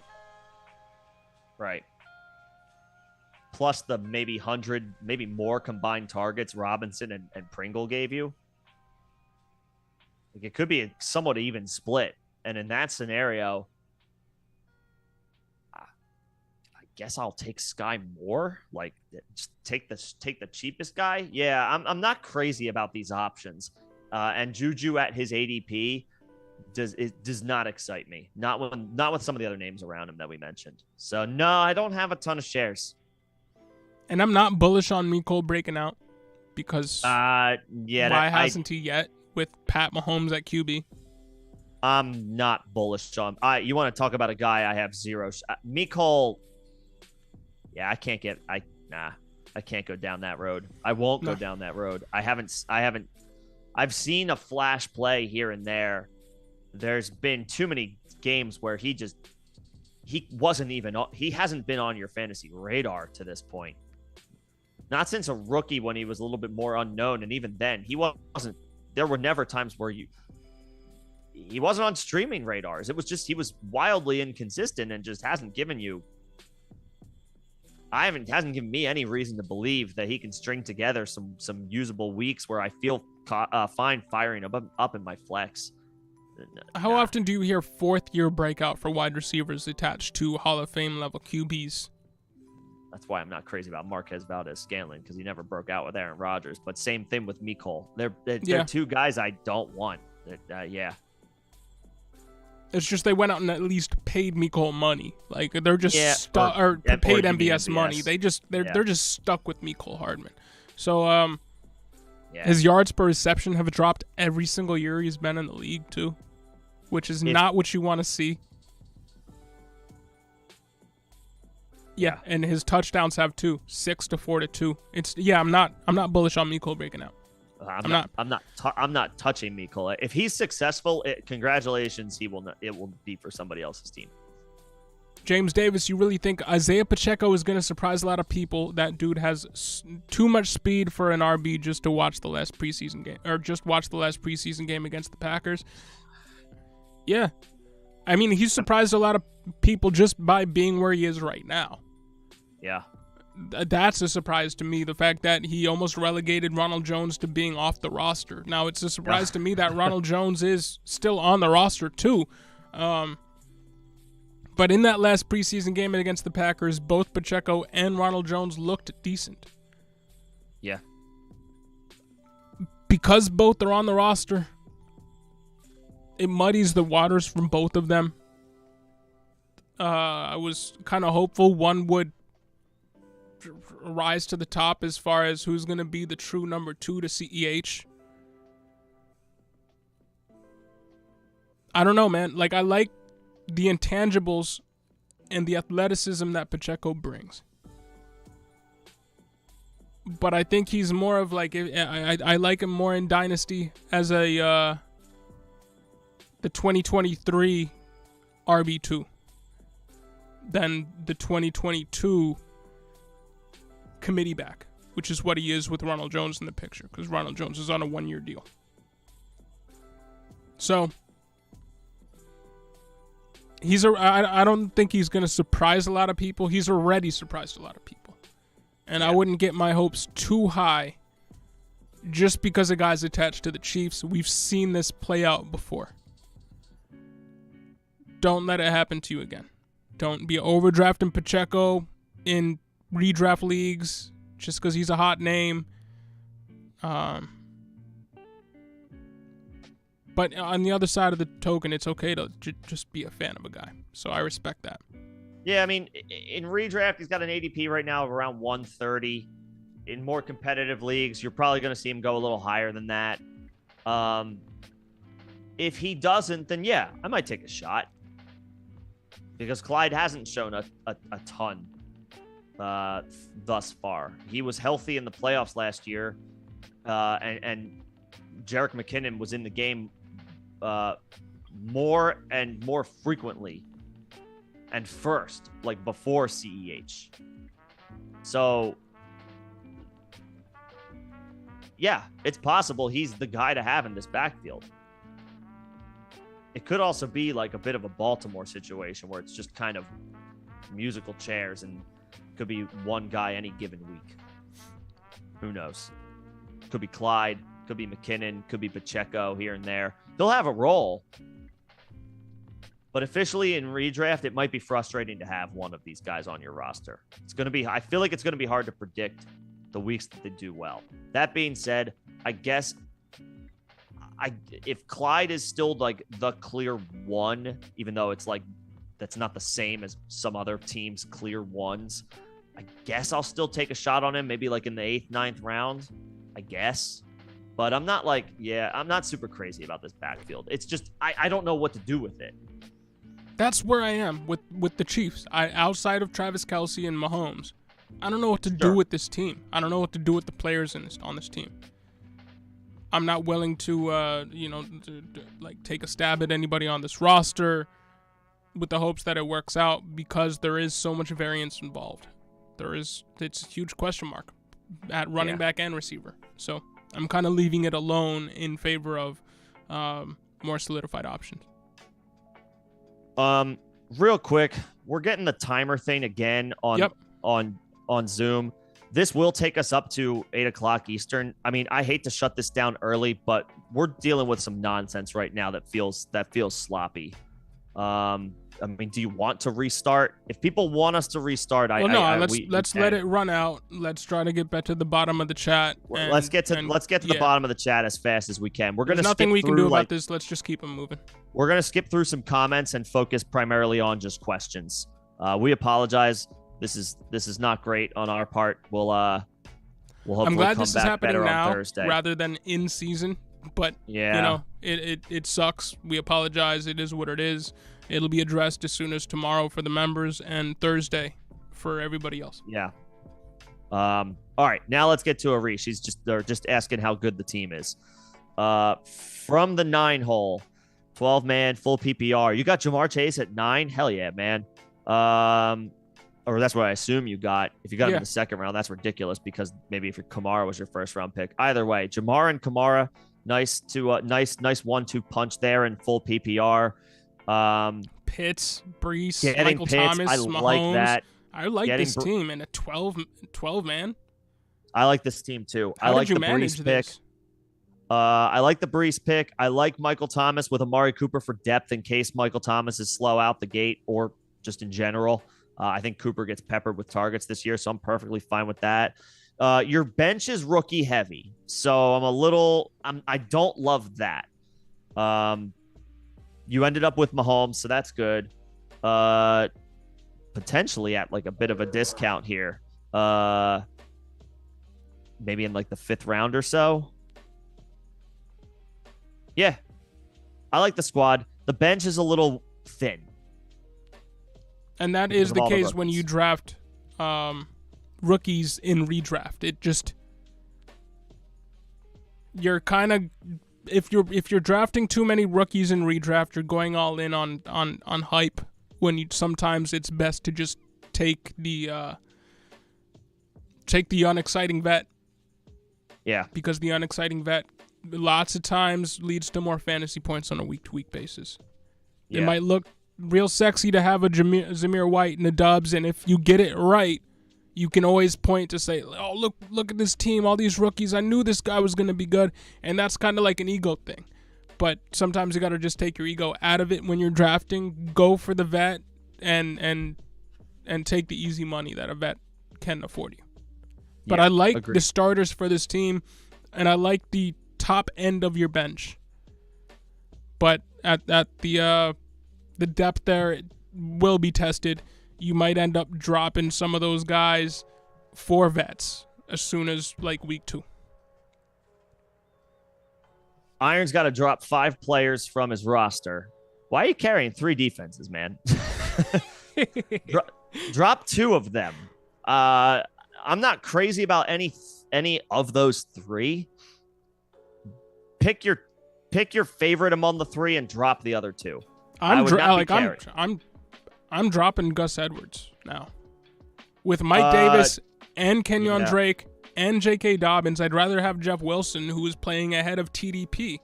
And it's a toss-up between Jeff Wilson and Trey Sermon. Jeff Wilson wins that for me. I don't care how good Trey Sermon has looked in camp and how the coaching staff are pumping him up. It's probably going to be Mitchell then Jeff Wilson. It's not going to be Mitchell and Trey Sermon. I'd put money on that, and I have. But I don't hate dropping Gus, considering he's not as soon as he sees the field, he's their 4th running back in the rotation.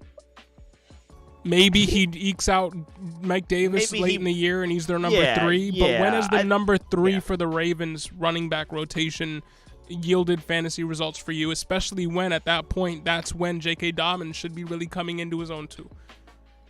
Yeah. Yeah, Gus Edwards will eventually probably beat out Kenyon Drake and Mike Davis, but by that point, Dobbins might be full go and may have been for a few weeks at least. So, yeah, probably Gus and two of those defenses is a good start, and especially because you have Mitchell, keep Wilson, and keep the insurance there. But that's a start. And yo, PRH, if you're still in here, I'm sorry. I'm just gonna do it right now. You're like I'm like with comments like that, man. You're banned. Like, you're gone. Yeah. Don't be fine. coming in here and coming after legitimately everybody because you're on a high horse. It's not the way we do things here. Easy enough. Let's see. Where are we at right now? Quinn, I am all in on KJ Osborne. That's all I'll say. I'll draft him anywhere I can. Nemo, Elijah Moore is being listed as the Jets wide receiver 1. And I'll echo that with KJ Osborne. Huge fan. I love KJ. Also a huge fan of Elijah Moore.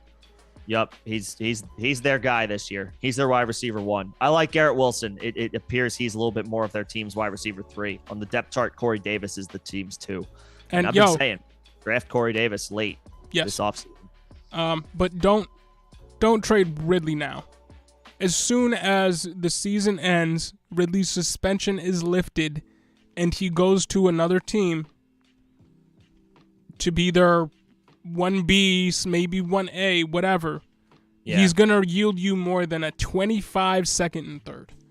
Yeah. So, like, Nick and I have him in a joint league. We're holding. And you should too. Yep.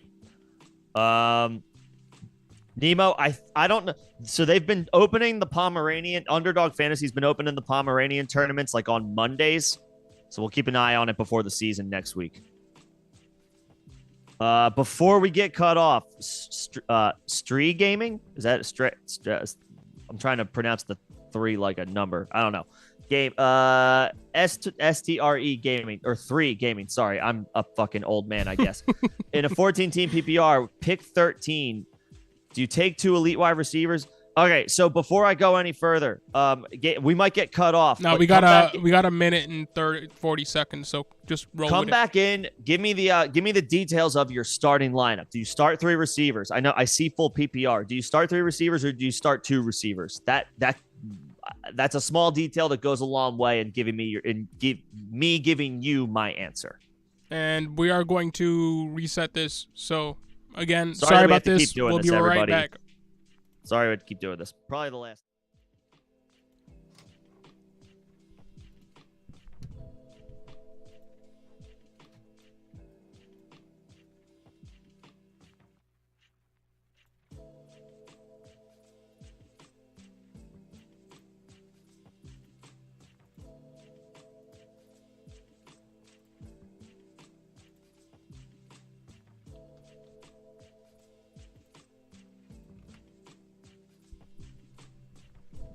Word. Again, sorry about that.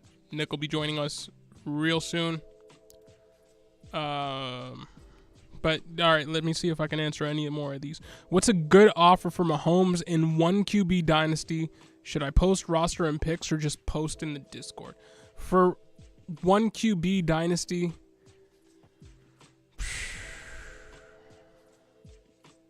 I mean, a lesser quarterback and an upgrade that you can stomach elsewhere, or a lesser quarterback. I'd be trying to, unless you have 2 quarterbacks, and Nick is back in here. Let me bring him back in here. There we go. Again, sorry about that, y'all, but we are back. And today, let's go back to.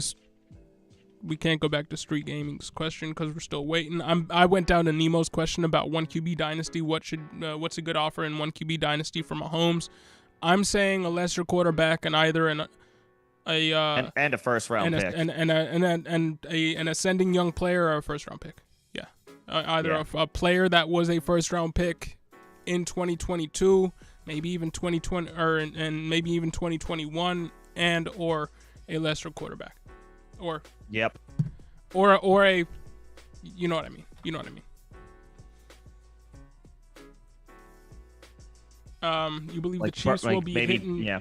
You believe the Chiefs will be hitting the juju dance all season in the end zone? Travis Kelce will be triple teamed, and he dropped a TE2 with Tyreek Hill taking the heat. Kelce's my tight end one, man. Yeah. Yeah, he's gonna get all the attention, but he's always dealt with all the attention.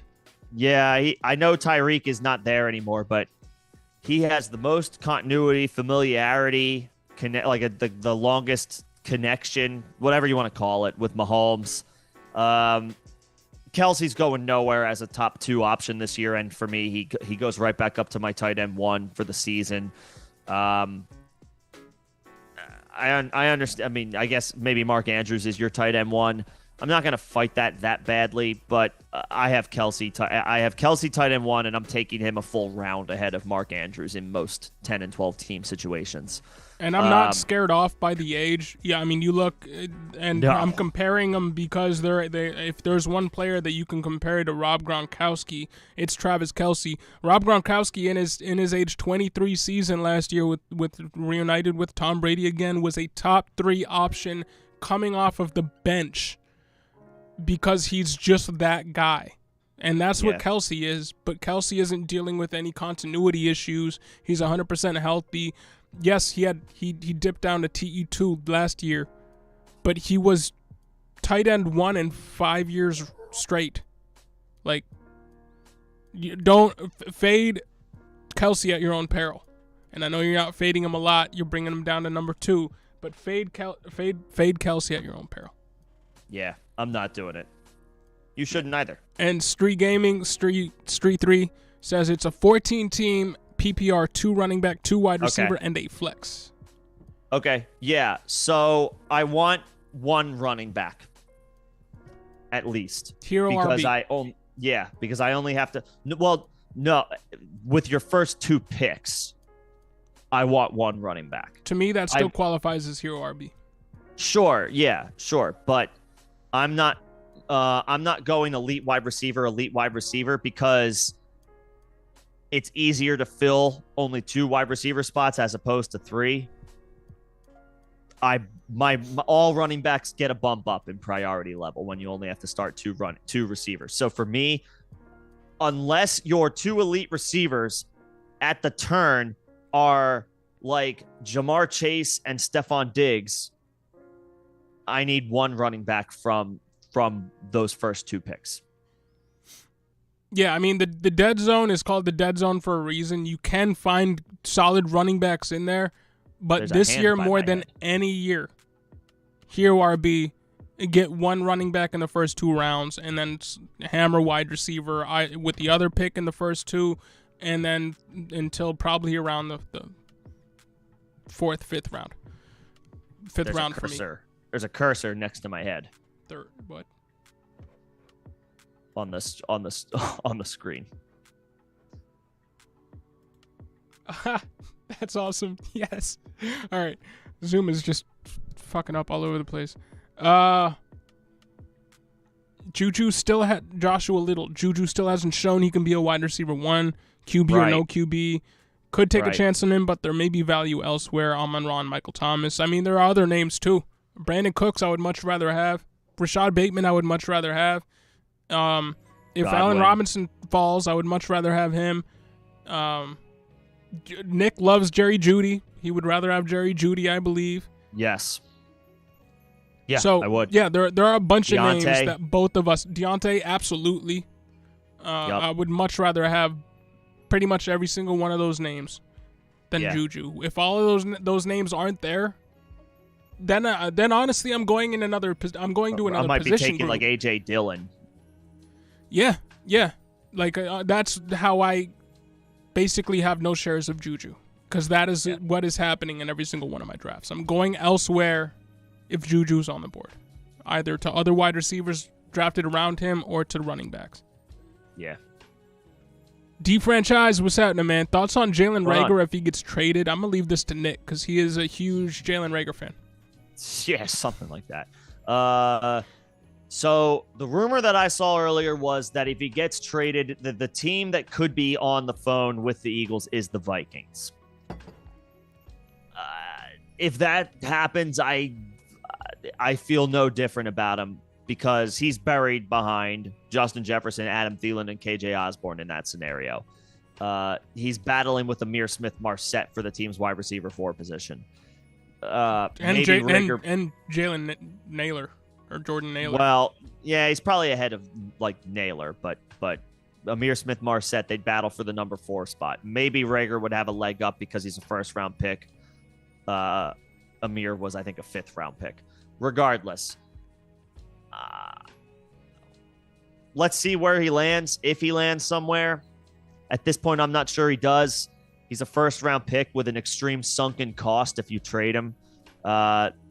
This could be a scenario where the Eagles just try to ride the wave and hope to get whatever they can out of him as a depth wide receiver. He's not on the radar anywhere. As you know, I'll just wherever he gets traded, maybe he goes to the Panthers. I don't know.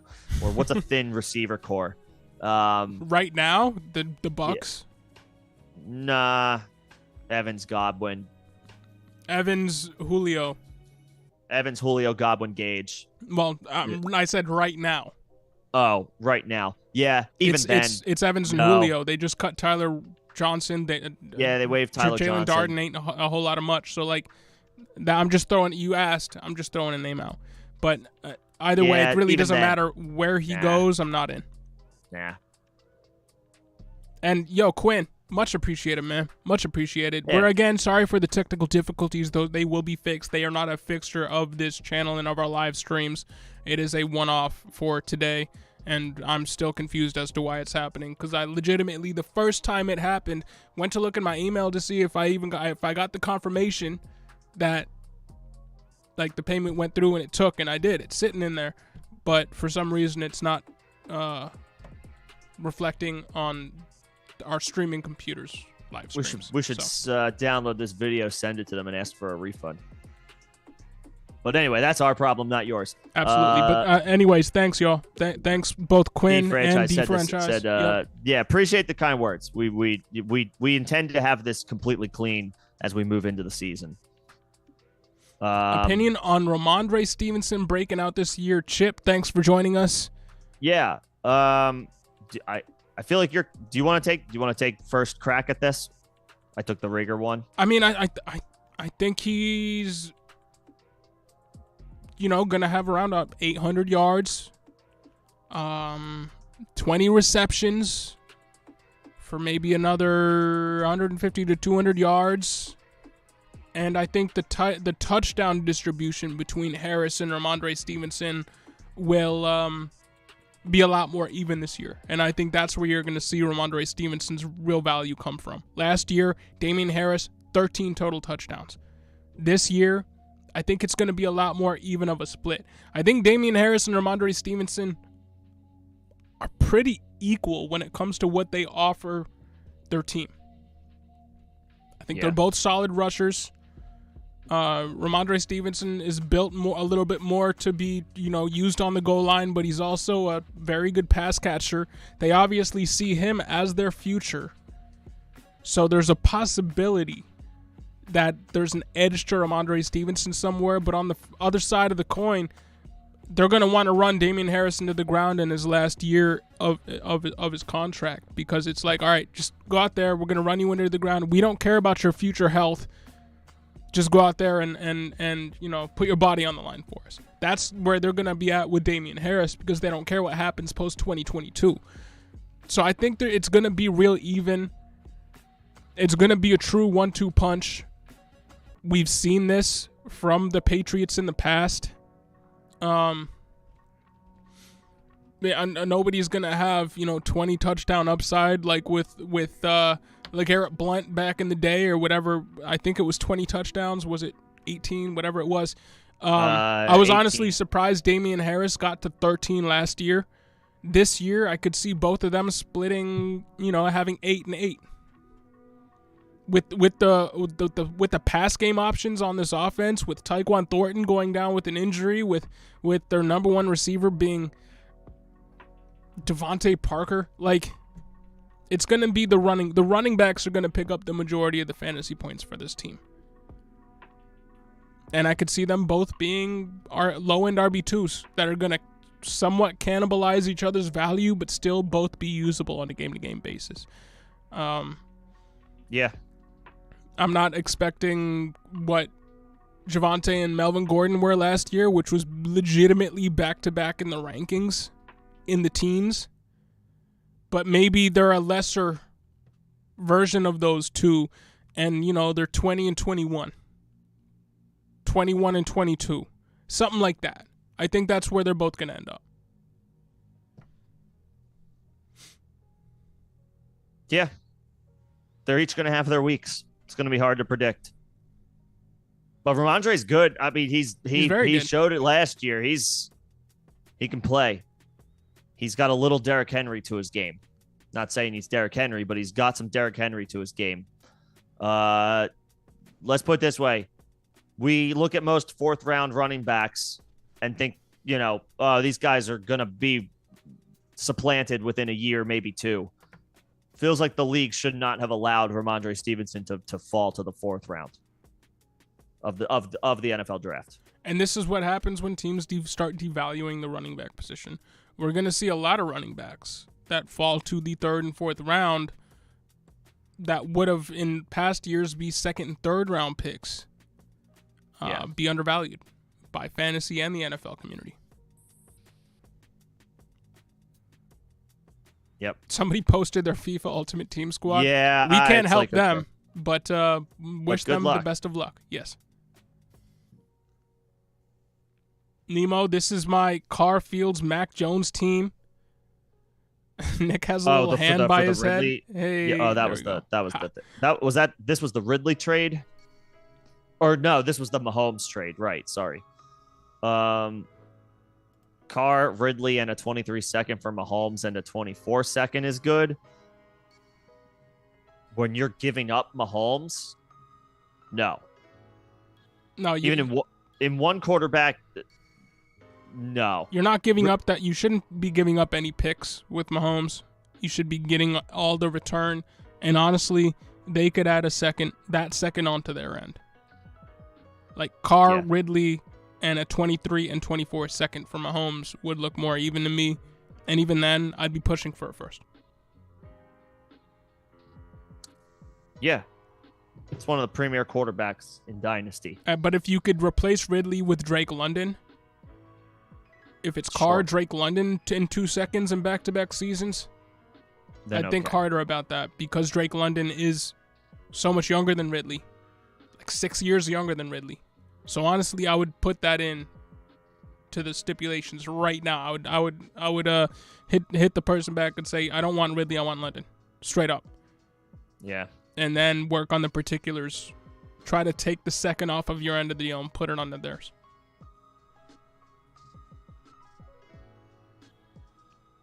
And Street Gaming, and correct us if we're saying that wrong. It's looking like Diggs and Devontae would be the wide receivers. Then go like Diggs and the best running back available. Your favorite back could be Kamara, could be Aaron Jones, could be Joe Mixon, could be DeAndre Swift, could be Saquon. I would not argue with a Saquon pick at the 1-2 turn if you believe in him like I do. Take Diggs and your favorite running back. Pass catching running back, guy who is going to catch the ball like a Kamara, like an Aaron Jones. Because you only start 2 receivers, Diggs and Devontae, when you start 3 receivers, yes, give me that. When you only start 2, sure, I'll take an anchor wide receiver, but I want an anchor at running back more than a second anchor at wide receiver, if that makes sense. Because that second wide receiver spot is going to be wildly easy to fill with all of the talent at the position. Yep.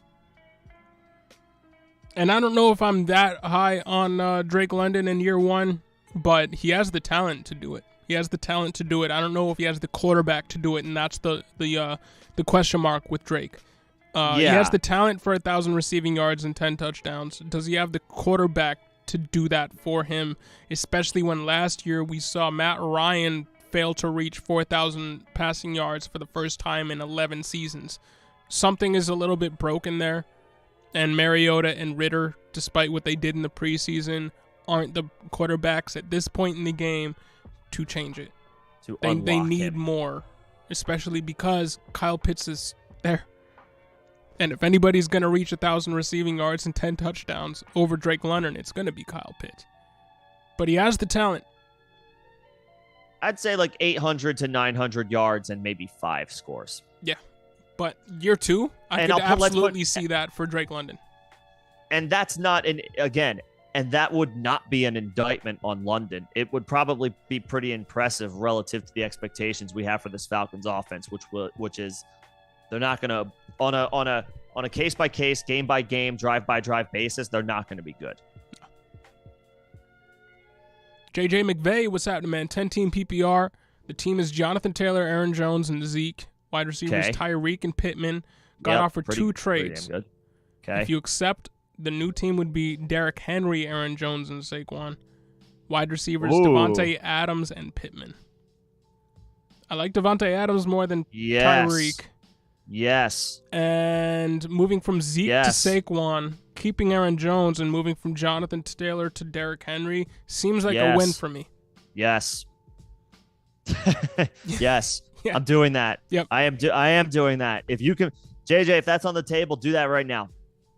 And Nemo agrees. So there you go. Yeah. Taylor's excellent and in a great situation, but moving from him to Derrick Henry while moving from Zeke to Saquon is a maybe not substantial, but very clear upgrade for you in the running back department. And then going from Tyreek to Devontae is also an upgrade. Yes. At the cost of giving up Jonathan Taylor to make that move, yes. Yes, do that. And the last question here before we probably shut this down because of the technical difficulties that we've been dealing with. Should you trade pre-draft the 13th pick, the 46th pick, and the 94th pick for the 19th pick, the 35th pick, and the 85th pick? Well, the 13th pick based by ADP and the 19th pick based on ADP, that would be either Joe Mixon at 13 to Aaron Jones at 19. Right around there. Alvin Kamara, Aaron Jones versus Joe Mixon, CeeDee Lamb, Saquon Barkley. I mean, trading back and still being able to land a Kamara and Aaron Jones isn't a bad move. If you're moving from 35 to 46, the players that can be had around 35 are James Connors, Cortland Sutton, Travis Etienne. Whereas 46, you're talking Juju Smith-Schuster, Deontay Johnson. And in terms of 94 to 85, you're talking Rashad Penny, Marquise Valdes-Scantling, and Kareem Hunt moving down into 85, where it's around Ramondre Stevenson, Chris Olave, Hunter Renfrow. Mm-hmm.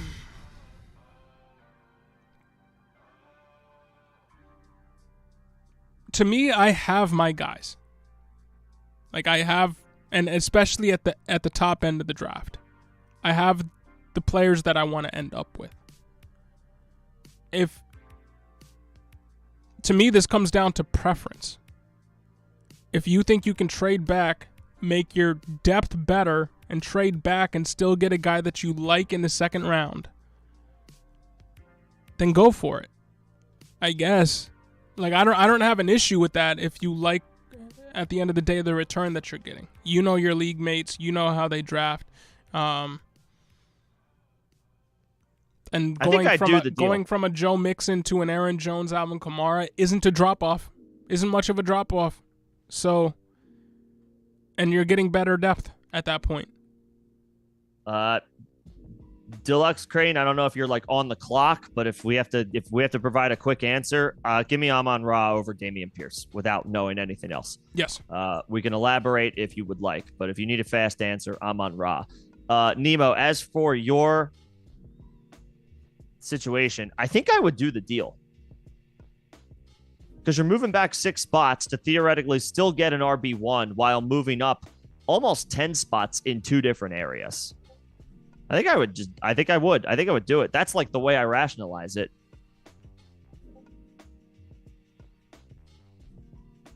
Yeah. Yeah, I think I would do that in a vacuum. Yeah, I don't hate that. I don't hate that. And Max Fire, you're joining us late. I'm sorry, man, but I hope we'll stick around for a bit. Honestly, you missed a few technical difficulties, so it might be better that you're joining us a little late. You picked a good day to join us late. We'll stick around. We've been dealing with Zoom timer issues all day, and so for that reason, I am perfectly fine sticking around until we get one more pain in the ass notification that we are about to time out. But if anybody's got anything else they want to talk about, I'm at least I'm happy to stick around for a little bit longer, John. If if you are, I'm happy to do I can't shut down the screen, the stream if you're still here. So well, then if you're sticking around, then I'm sticking around. All right. Well, if there's anything else going on, I'm happy to do that, or I'm happy to talk through it. But yeah, Nemo, give me your. I would do that deal. Josh, it's a trade, and you appreciate the kind words. Yeah, man. Josh, thank you very much. Thank you very much. We'll be here. Sorry, go ahead. No, go for it. You're gonna say what I was gonna say. We're here Tuesdays and Thursdays at 6 p.m. Eastern during the season, which is next freaking week. We expand to Start-Sit live streams on Saturdays and Sundays. Saturdays 6 p.m. Eastern, Sundays 10 a.m. Eastern. International games permitting on Sunday mornings. We have the Discord, which is in the third link in the description of this video. We got a draft plan, second link in the description of this video. Tons of resources to hopefully help you out throughout the season. So welcome aboard. And it's a trade, and you have so now it's a trade, and you have Pierce. Okay, Deluxe. All right, since it's a trade, let's get a little bit more context here. I would ask for more. We were just speculating earlier on that Dameon Pierce, you can probably get a first and a second, a first plus. Nick thought maybe you could even try to eke out 2 firsts. I think that's a little bit much, but a first plus. Hang on. We don't know if this is redraft or dynasty. True. So we don't know if this is redraft. Give us some Deluxe Crange. Give us some context. Is this redraft? Is this dynasty? What's your roster look like? Like, let's get some context here. And we can give you a better answer. If it's dynasty, then I'll let John say what he was saying. I just didn't want you to end up wasting your breath if it's a redraft. True. If it's redraft, it really depends on your roster, but ask more. Yeah. Ask for more either way, but let's get some context here. Maybe we can help you out a little bit more. And Max Fire, what are your thoughts on buying QBs from the 2021 draft class in Superflex Dynasty? Honestly, go for it. They should be decent investments. I think Justin Fields is a good buy low right now. He's a good buy low. You're probably not going to be able to buy a Trey Lance. Honestly, in Superflex 2 QB leagues, with the news that Mac Jones is struggling, maybe trying to buy Mac Jones low is on the cheap wouldn't be the worst move to have as your QB2, hopefully a QB3 that gives you just plug and play ability if one of your top 2 gets injured. But Justin Fields is the best buy low from that class. But like every single quarterback from that class is buyable. I would invest. I would pay draft capital to get anybody from that draft class.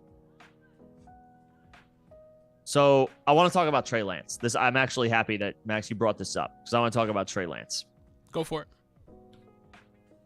So we now know that the 49ers have come to an agreement with Jimmy Garoppolo for a contract restructure. Right, that makes him the highest paid backup quarterback in the NFL. There are a lot of feelings and sentiments right now that this is, it could be trade bait for the 49ers if and when a quarterback injury happens during the season. This could also be a hedge by San Francisco. I have been bullish on Trey Lance from a fantasy perspective, and I am sticking with that. However, from an NFL perspective, this move does the opposite of protecting Trey Lance's job security. If he does not play well, from an NFL perspective, forget if he's throwing for 150 yards, 1 touchdown and 1 interception, but then he runs for 75 and another score, and the fantasy numbers are there at the end of the day, we are all going to sleep just fine at night. The 49ers aren't, most likely, right? If that is the case, and they feel like he's still not ready, this leaves the door open for them that they could go back to Jimmy G, because we all know definitively the 49ers feel like that is a roster that has deep playoff run aspirations. So I just want to call that out as it pertains to a super flex buy. I would use that talking point as leverage to try to drive Trey Lance's price down. If you don't have Trey Lance and you're looking at him, I would not be looking to buy him at what the perceived market for him, the cost for him right now might be, which could be a little more top dollar than it should be. I would use this Jimmy Garoppolo contract negotiation as leverage to drive his price down. If you can't do that, I would turn my attention to Fields, who is already a buy low. I don't think you're going to be able to buy low on Trey Lance regardless. I think Trey Lance is basically, for how much I like Trey Lance, he's just outside of my price range. He just is. Okay, yeah. He just is. And regardless of what happens with this Jimmy G situation, regardless, I don't know, like, if a savvy fantasy owner is not completely disregarding, but pretty much completely disregarding that, because it's dynasty and you're playing for more than the 2022 NFL season. Now, one thing I did want to bring up as a buy low, one player I did want to bring up on top of, Justin Fields, maybe a Mac Jones, Zach Wilson. Zach Wilson's injured right now, not playing week 1, and right. The reports aren't glowing on him, haven't been glowing on him, but he has arguably the best supporting cast of anybody not named Trey Lance. And I don't even know if it's arguable. I think he has the best supporting cast of anybody not named Trey Lance. He has a better supporting cast than Trevor Lawrence. He has a better supporting cast than Mac Jones, Justin Fields, Davis Mills. So it is kind of a make it or break it year for Zach Wilson, but you can get him for cheaper than you would have been able to get him, a month ago. That's the nature of injuries. So I'm not opposed to throwing out some offers for Zach Wilson too.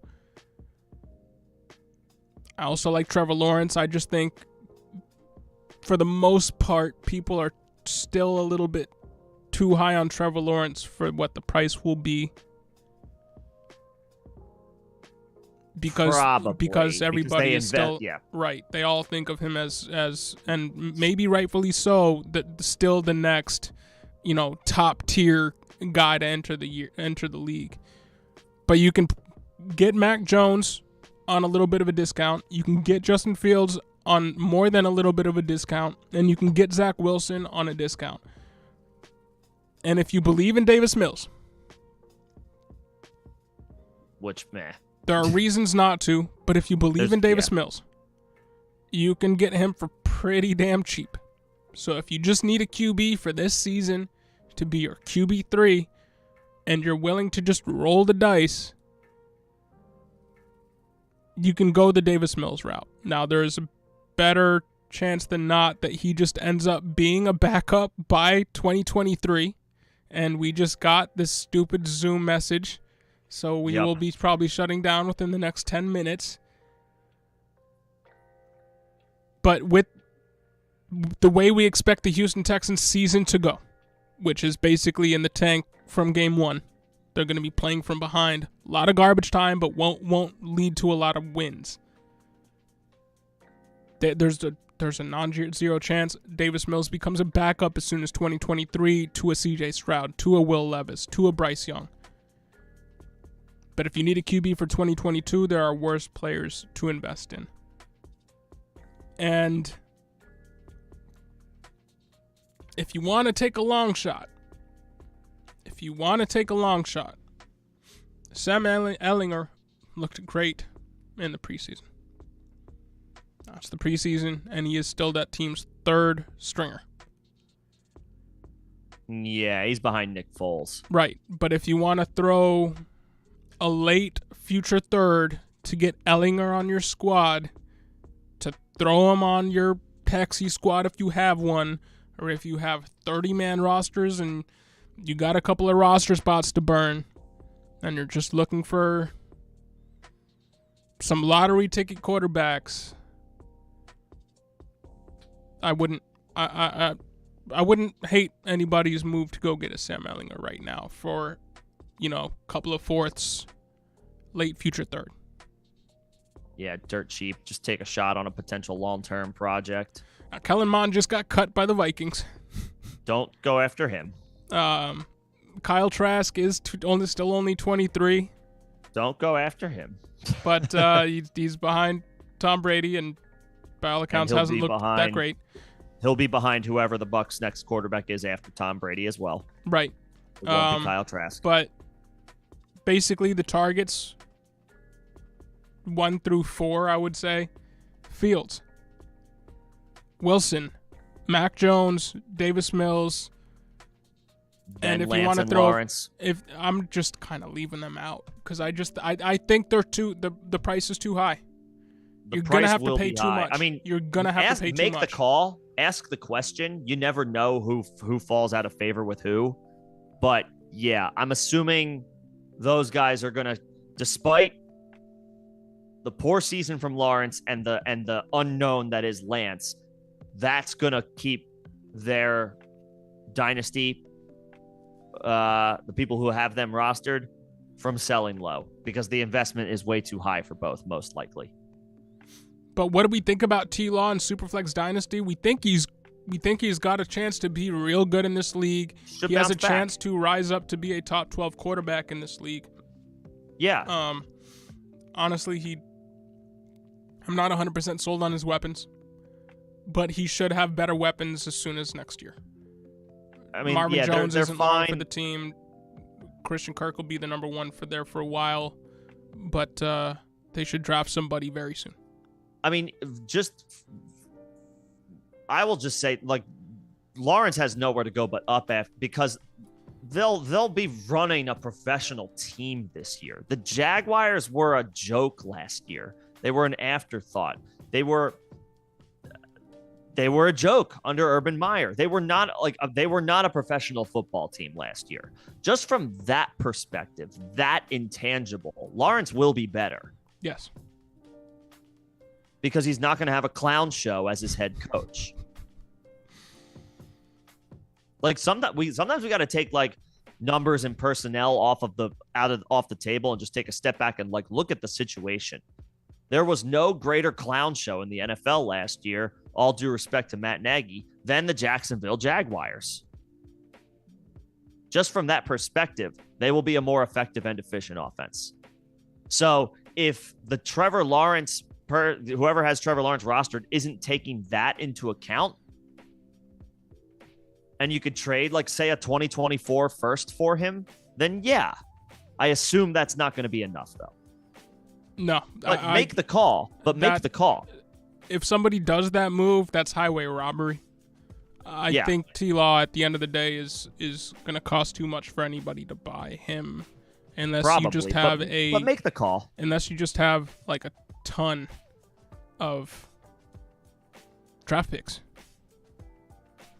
Yeah. Whose glasses? Which one?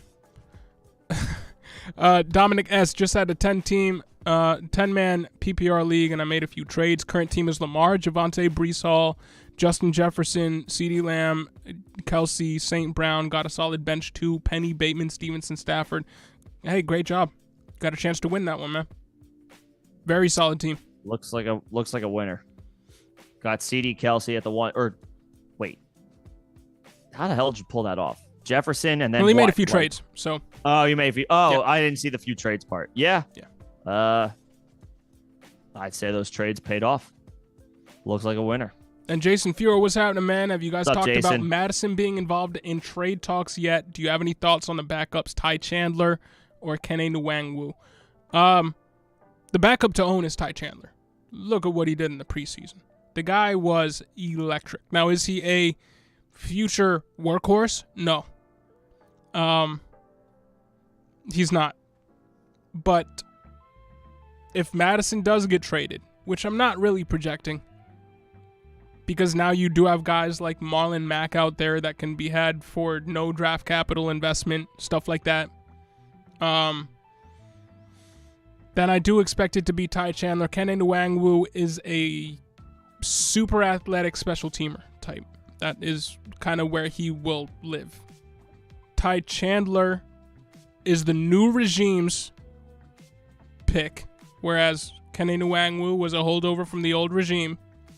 Plus, he looked super electric on minimal touches in the preseason. Now, it is the preseason, but does bode well for his future. And even if Madison doesn't get involved in trades, he's not long for the team as he is in a contract year this year. So next year, as soon as next year, it's Cook and Ty Chandler. So I just picked up Ty Chandler in a joint league that Nick and I are in because he was on the wire for some reason. And saw the news. Somebody else went for Kene Nwangwu, and we picked up Ty Chandler, and so I'm fans of Ty. I'm fans of Ty Chandler, but I mean, he's not a workhorse, and he's 1 year away from being a backup. We only got a couple minutes left here. Unfortunately, we are going to time out due to some weird wonky Zoom issue. So I just want to be mindful of wrapping this up in as professional a way as we possibly can. Jason, I'm not really sure what the dynamic is of is this for redraft? I don't think they're going to move Madison this year. I don't think it's going to happen. No. Dalvin Cook is a high injury risk, has missed time each year of his career, and Madison is better than those two guys. He is. Maybe the Vikings feel like they can capitalize on that in the form of draft compensation, but they probably shouldn't for this year. They probably shouldn't do that. They probably expect to compete this year. Every NFL team expects to compete right now. Everybody's 0-0, for better or worse. The Vikings are in that conversation. They expect to probably make the playoffs or at least compete for the playoffs. Madison's the backup this year. As for Dynasty, I would hold him in the hope that he gets traded. Ty Chandler's the guy. To own, if you're expecting in Dynasty, sure. In Dynasty, if you have a choice between Kene Nwangwu or Ty Chandler's the guy. He was this regime's pick. Yes. And he's not a special teamer. Yeah. Okay. So in Dynasty, in that regard, Chandler would be the backup to maybe Target. But we are coming up on less than a minute now before this stupid timer runs out. Again, sorry about this. Won't be an issue moving forward. For everybody who is a member, we look forward to seeing you tomorrow. And we will be starting off the Zombie League tomorrow. Again, sending out another round of invites to everybody after this live stream. So keep an eye out for that if you haven't joined, if you are interested. If you haven't picked up the redraft draft kit, definitely do that. Second link in the description below. If you haven't joined the Discord, it's absolutely free. So join that in the third link below in the description. And if you want to join as a member, it's the first link in the description. And for everybody, just a reminder, in season, Saturday and Sunday Start-Sit live streams are a thing. Saturday 6 p.m. for a couple of hours, and Sunday from 10 a.m. to kickoff is a thing. So just wanted to throw that in there. But thank you to everybody who chilled with us today. Sorry to everybody who came through late. And we just got cut off. Nick doesn't have a chance to come back because we're not starting that game again. So I'm just going to shut this down. Thank you to everybody. And we will see you either tomorrow or Thursday. Peace, y'all.